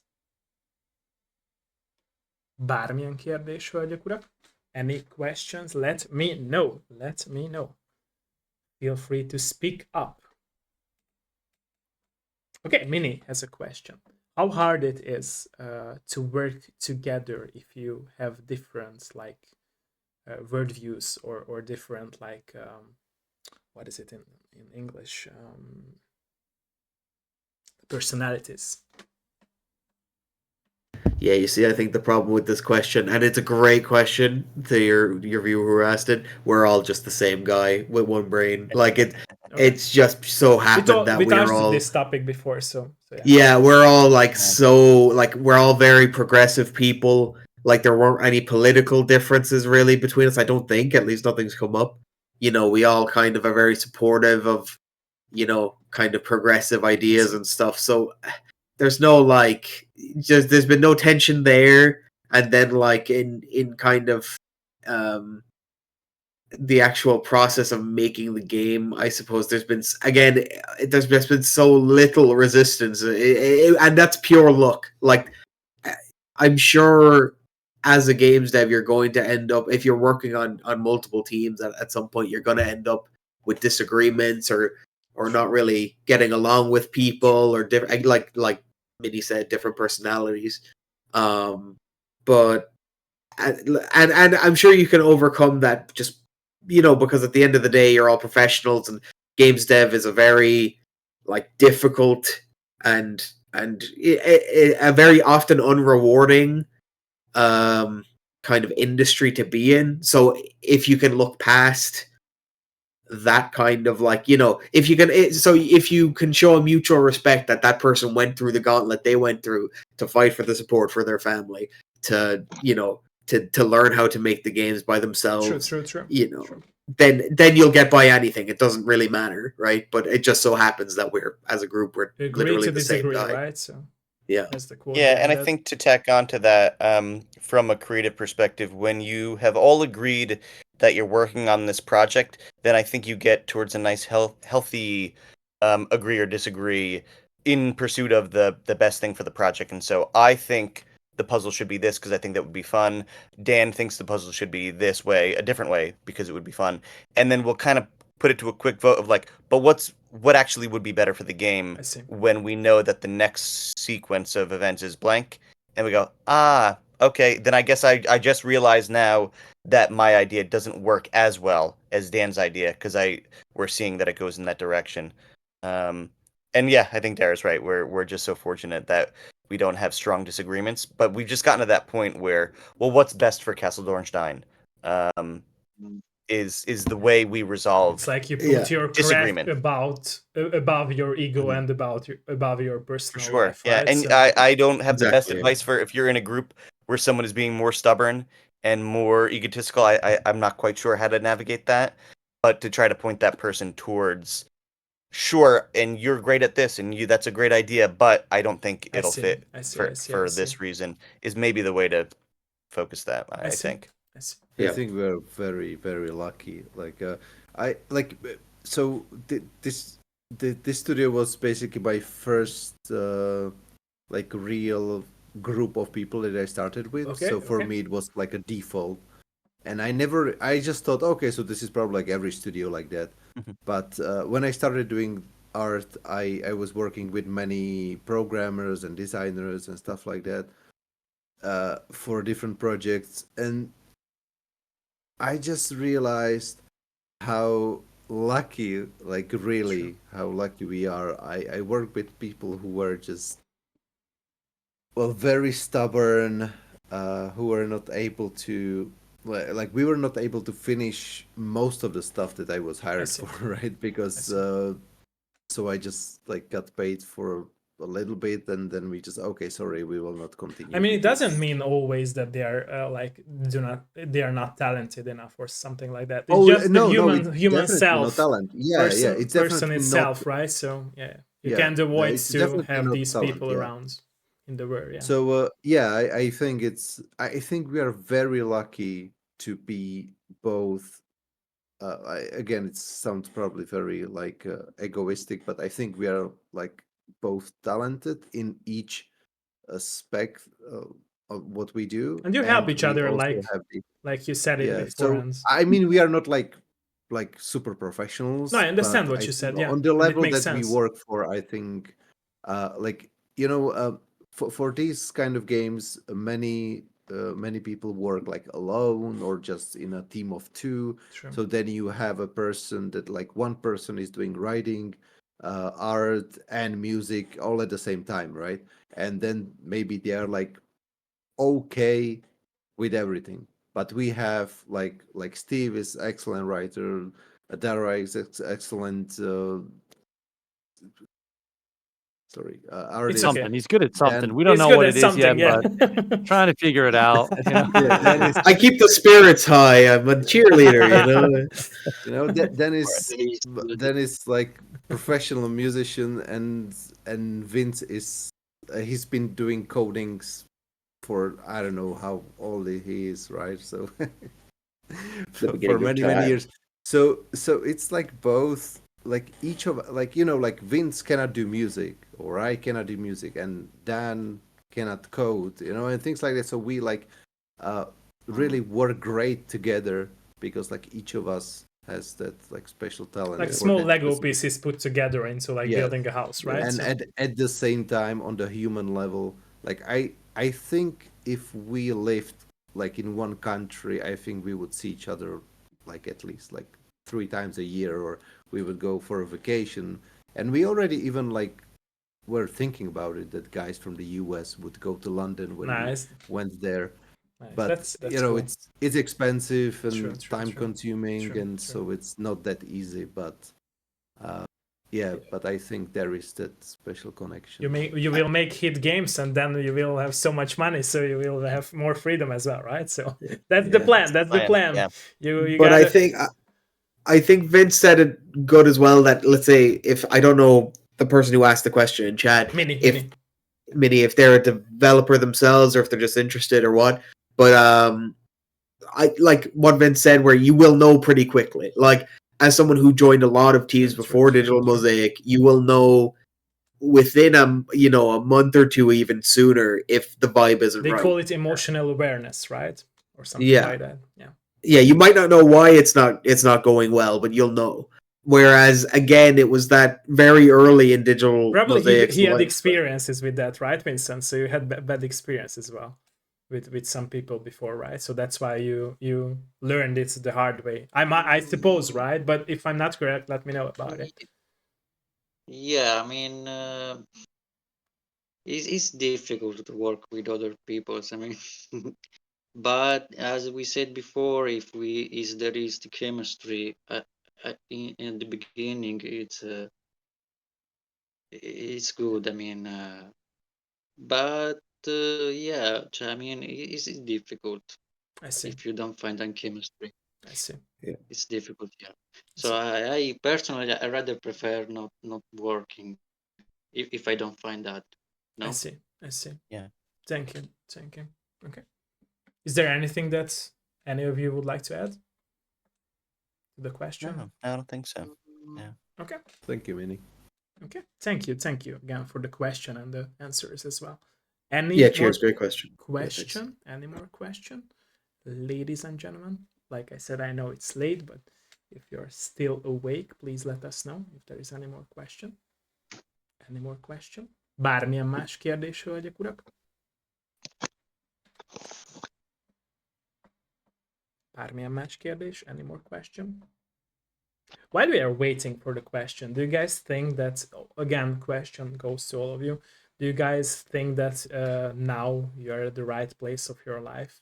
You find yourself in life, that you make games together with your friends? How do you feel about that?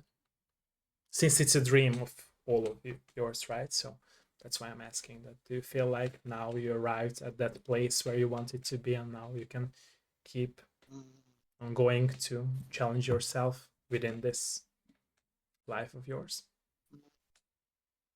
Yeah, personally, I am. I mean, go. No, go ahead, Vince. No, it's you, Vince. You are always first. You're always first, see? We put you first, so you have to be first. No, just saying I am really happy. Okay. Doing what I am doing, so that is, I'm really happy. I see. Okay, thank you. Okay, what about you, Steve?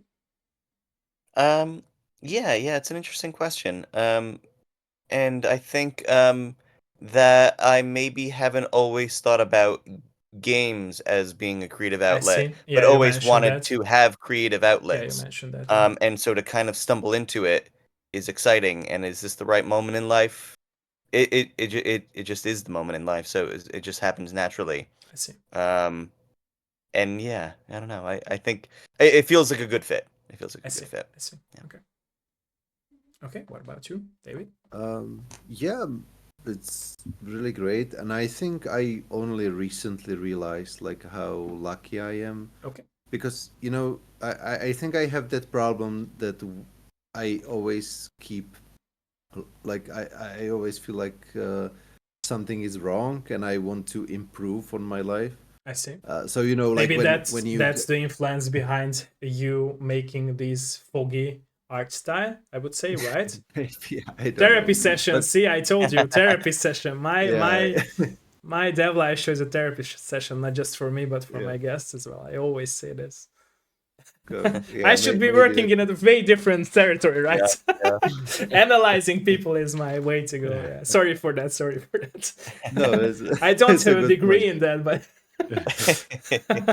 So yeah, so I meant to say that I'm that kind of guy that he's always like, oh, I wish I made like I don't know, like $10 an hour, and then when I get $10 an hour, then I want to make 20, and then and you keep going because you always get the standard. And yeah, like if you asked me in like 2010, you told me, hey, in 10 years you will be a game dev, and you already made one big adventure game. I'm like, what?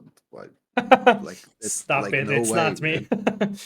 So like I always wanted to do like, especially point and click games. I went to do them since I was little kid, and I couldn't even speak English yet, but I had the AGS program and I wanted to like make it work out. And now I feel like, okay, it's normal. Yeah, we made a game. We're like, it's boring to me because it's like normal life. I mean, not boring, but it's like normal. I see.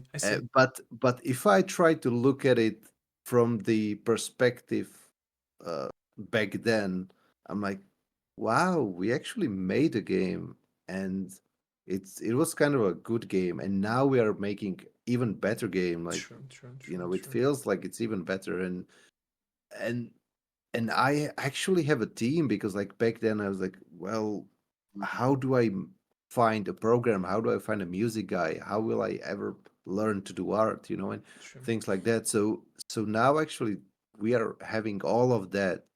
So it feels like, wow, it's actually quite like impossible to me to grasp when I try to think of it as that like 15-year-old We are boy, here talking So, about your games, right? That you made and you're making. So yeah, so this is like I think it's very heartwarming if you think about it this way. Nice. Thank you. Yeah, I suppose what the original question was, is it the right time in your life? I think there was never going to be a right time in a way. Like, you had to make the time, I guess is what I'm saying. Like, if you're the type of person who is sitting there waiting for, I'll make a game in like 2 years, I think just start now. It doesn't matter. Like, you will always have another thing in the way. So just get started. So that's my outlook on it. Is like, look, I absolutely love what we're doing here. Again, I'm thankful that the team is chill enough that that we're similar enough people in how busy we are, that it's not like there's someone breathing down my neck every week for the next thing.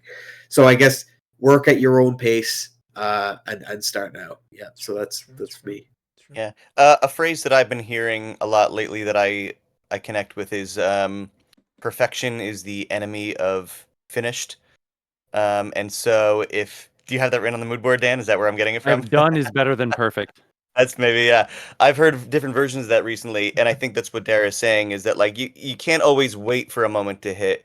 It is so much better if you want to write a thing, write an imperfect thing and finish it, because then you're already better than all the people that have not done it. You just kick the If you door want to in, make right? a So game, here I am. exactly, you can make a game that is short, simple, flawed, and maybe not that good. But if you've done it, it is by definition better than all the ones that aren't done because it's finished. Exactly. True.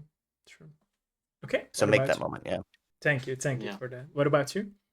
I just wish it would have happened earlier. My you want first to like kick big the door game was, in earlier, right? yeah. No, I think me and these guys would have been great to happen earlier because Kathy Rain was like my first big game, and before that, I tried to make games for like 10 years. Like 10 years of like joining teams and meeting programmers and just meeting so many people that like had no drive or motivation. I see. Which Hopefully was they are fun not listening, right? No, yeah. I'm just joking. So yeah, that's my only regret is that I wish it would have happened earlier. I wish it would have been like, 16 years old and being like, yeah, that's when I get to meet. You guys are here, so you have to appreciate it, right? So yeah. Yep. Yeah. Okay. Ladies and gentlemen, let us know, by the way, if there is any more question. Let us know. You will be able to ask questions in the Discord server as well if you missed asking, but let us know if there is any more question. Hölgyek, urak, bármilyen más kérdés? Any more questions? And if anybody's catching the VOD or something after, we'll probably post the VOD on, the link or whatever to the VOD after. But just, hit us up anywhere. We're all on Twitter, I think. And there's a Digital Mosaic Twitter as well. They will also be able to connect with you on Discord, so yeah, I will talk about that after the stream. Yeah, there's so many ways you can get questions to us, and we're only happy to answer them. So Yeah, for sure. Okay, we discussed here a lot of topics, and I have some closing questions to you. But before that, I would ask that, is there any topic that we haven't touched and you would like to talk about, even if it's like a personal level topic or like a team level topic that we haven't touched, but you are eager to speak about that? Well, I really like the part where everyone was saying nice things about me. So let's go back to I think you've covered everything. Your questions are great. Yeah. Thank you so much. Thank you. I appreciate it. Any of you? No. Okay. I don't. Okay, David, maybe. No, I think all of your questions were really great. Thank you. You asked like both personal and professional questions regarding game and our lives, everything. I don't know. Thank you for that. Okay, so one of my closing questions would be, like, are you planning to have physical editions from your games as well? Because I believe that point and click always like resonated with having a box, right? So are you guys planning to have box editions of your games? We joked about it to have like a definitive edition of your free game, right? But is it something that could happen in the future? We're always open to stuff. We probably don't have a lot to share on that now, but we are always open to things like that. Okay. I think all of us being fans of older games, I know exactly the kind of box that you're thinking about. I mean, I would die to have a Castle Dornstein one. Yeah. So at the moment, we haven't had a lot of talks about that. When we do get closer to release, I'm sure we'll look at how the costs and things like that. Because I'll probably be making a box for myself, but I don't know. Yeah, exactly. The guys, but I don't know. It depends if somebody wants it. Like we can put it on Etsy or something. I don't know. I don't even know if you guys like. I'm talking to my team now. Like I don't know if you know that, but we actually have Metaphobia like a CD and box art. Right. And we put it. Okay. I think we put it somewhere online for people to like print and like make their own CD basically. Okay, that's right. Okay. So we do have the. I don't even know where where the I'm file sure is. I have it somewhere. Okay. But I remember, so we have that. Even with it basically looks like you can fake like a real CD. I see. CD box. So yeah. I see. But yeah, Dan basically said it.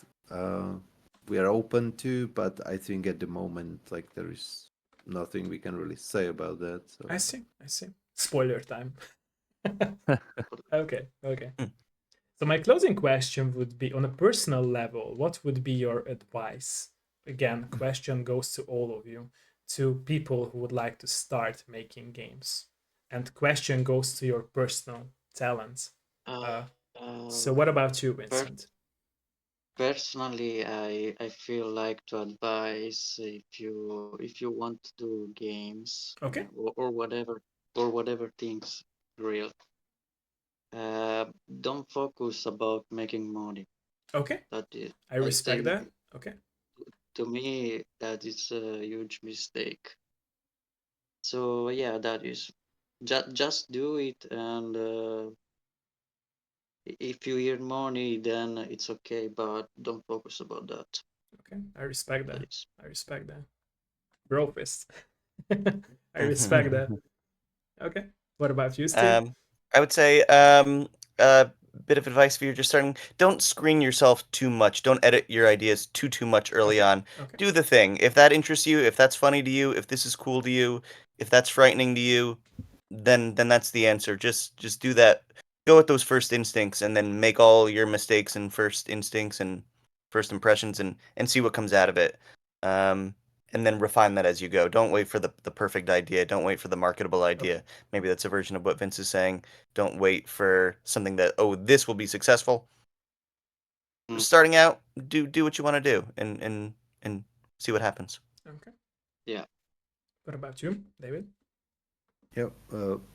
Yeah. So I think the very first thing that you should do, if you want to start making games, again, like it's a very good point, Vince. Like start as a hobby.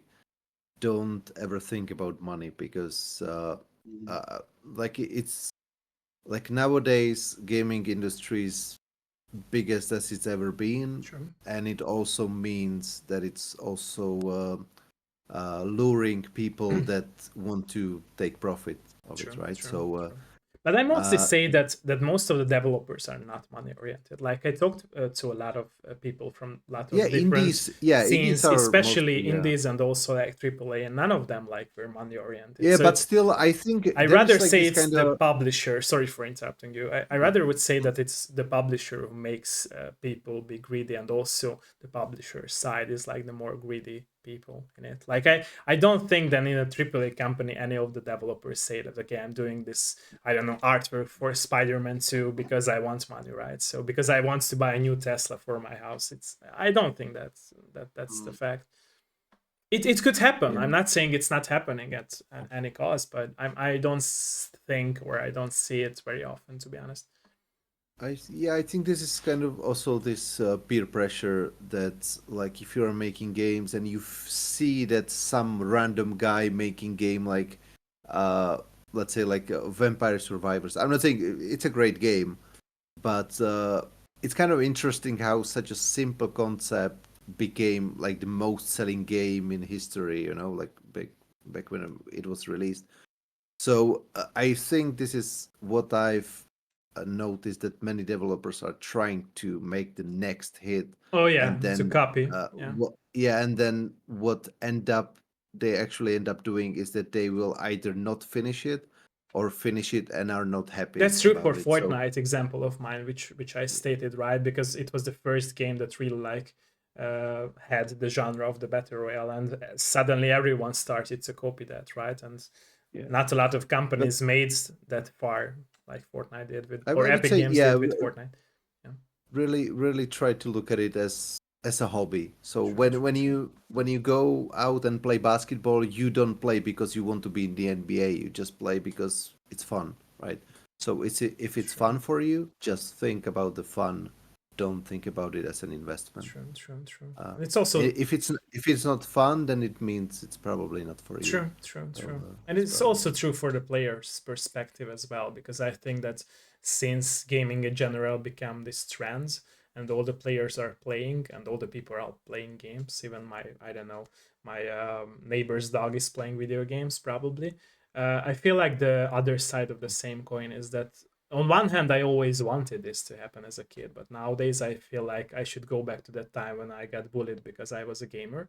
Because at that time, it was really just those folks around the town who were really passionate about playing video games. Nowadays, there are so many people who are into gaming, but they're not having that passion that really drives them to, for example, to play cooperative games and to care about, finishing the mission, or not skipping the cutscenes in a story-oriented game, but to, live through the whole story experience. That's why, for example, a lot of like AAA studios is like are very sad about the fact that even their games are popular, a lot of like people are not finishing the stories of those games because they just don't care. They just buy the game because they have money. It's a trend now. Okay, buy the new, I don't know, Assassin's Creed or Uncharted, and they skip through the story, and it's so sad in my opinion. Because think of from a writer's perspective, right? You write the story, and people just skip it. Like, why do you buy them, right? So it's like, that's why I'm saying that, in my opinion, for these developers, money, in my opinion, never really mattered that much. But to have players experience from the start till the finish. I heard a very interesting interview with the writer of she's name is Amy Hennig, if I'm correctly pronouncing it. She is the writer of the first 3 Uncharted games from Naughty Dog, and she said that if I'm correct, it was like 30 or 40% of the people who bought Uncharted 1, 2, and 3 only completed the story of the games, which is very sad. Like, it's a very small percentage of the whole player base, millions of people, and only 30% completed it. And it's probably true for most of the games, right? So, and it's sad in my opinion, because me as the player, I'm trying to play through all the games, even if it's time consuming, because I care, right? So I feel like since games really became a trend to consume, there's a time when like we had these players come. I always joke with this, and I know it's a bit harsh to say, but I talk about these players like trend players. I call them trend players, in my opinion. So yeah, sorry for interrupting the topic. Go ahead. Our friends. For me, at the bottom or upper left. Sorry. Oh yeah, sorry. Hi. Yeah. I wasn't sure if David had any other points to make. Yeah.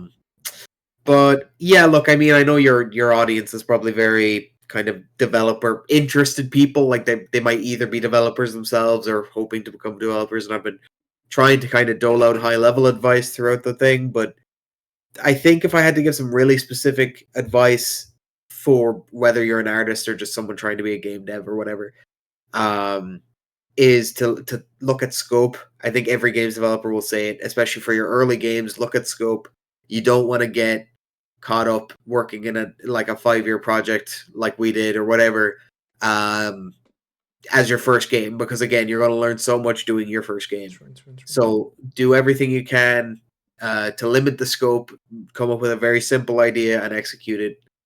But another point to that is if you come up with something cool or that's out of your scope, never delete anything, just iterate. Like you should always hang on. Like if you write some huge story and it's out of your scope to develop, you don't have enough time or art or music or whatever, you shouldn't go into that script or whatever you've written or that piece you've drawn or whatever and start destroying it. Save it somewhere else and start again. Is always the advice I would give to like new games devs, because a lot of games devs they'll realize something's out of their scope and they'll either delete it or won't save it on a Google Drive or something, and it'll be lost forever. And you're gonna wish in 5 or 6 or however many years time that you saved everything and that you go back and relive those memories, because it is about the journey as well. I think that's what David and Vince and those guys are trying to get across, that at the end of the day, do it to enjoy it, and it's about the journey, and you'll wish you were able to go back and look at that journey. Like there's so many games I made when I was younger that are gone to time because they were just on some laptop, that was destroyed in 2012 when I spilled, I don't know, Mountain Dew on it.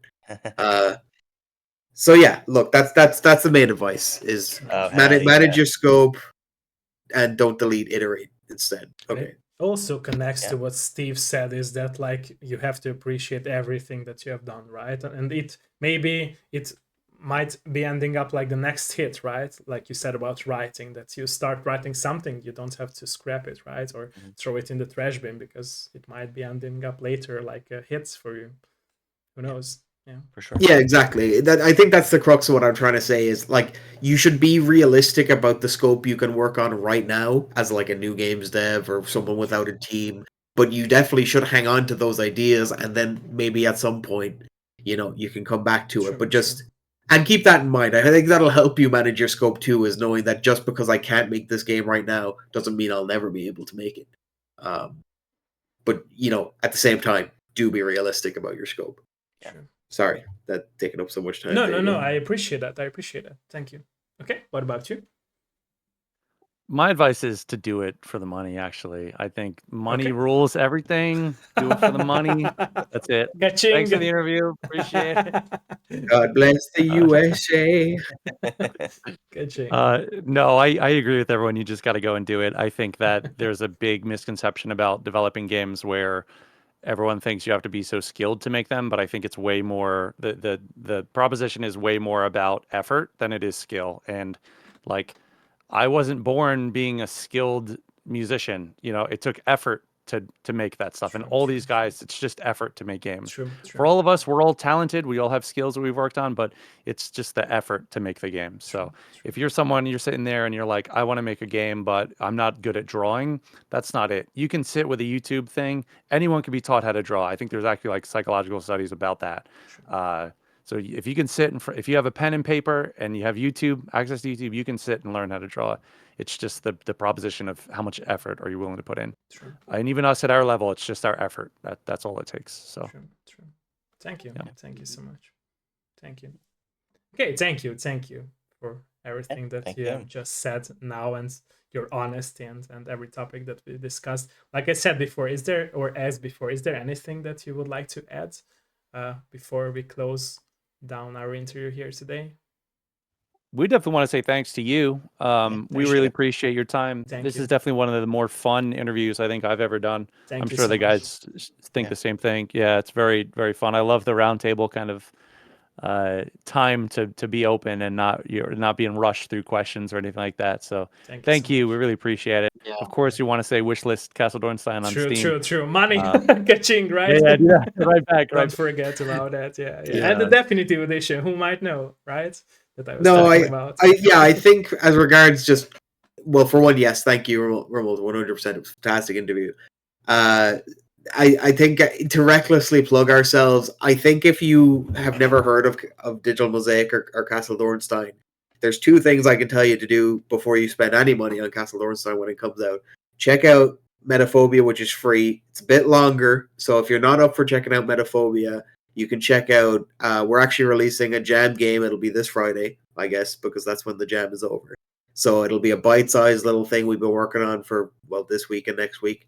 So if you want to see what Digital Mosaic's all about and kind of get a taste for, the kind of effort we put into the game and the different skills we have in animation and stuff, you can check out that jam game. It'll be like really short, or if you want something a little more that you can get your teeth into, definitely Metaphobia. It's free. You have nothing to lose, right? But yeah, Castle Dornstein's the main project, the culmination of many years of work. So once you've checked out either of those two things, you can look forward to Castle Dornstein next year. And I think people are really going to dig it.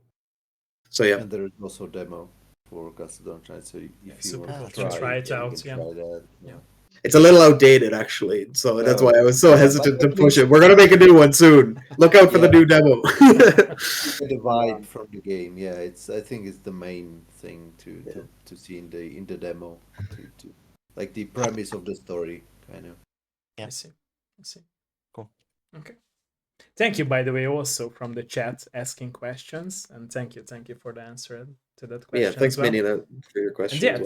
Thanks everyone who joined us for today's episode. And like I said, I will need some more of your minutes of stream, but for those who were checking out live us and also will watch back the VOD or the edited version later on YouTube, thank you so much that you will tune in. And like I said, it was really my pleasure and honor for being here with you guys. So thanks everyone who joined us. And have a great day or night, depending where you live. Bye everyone.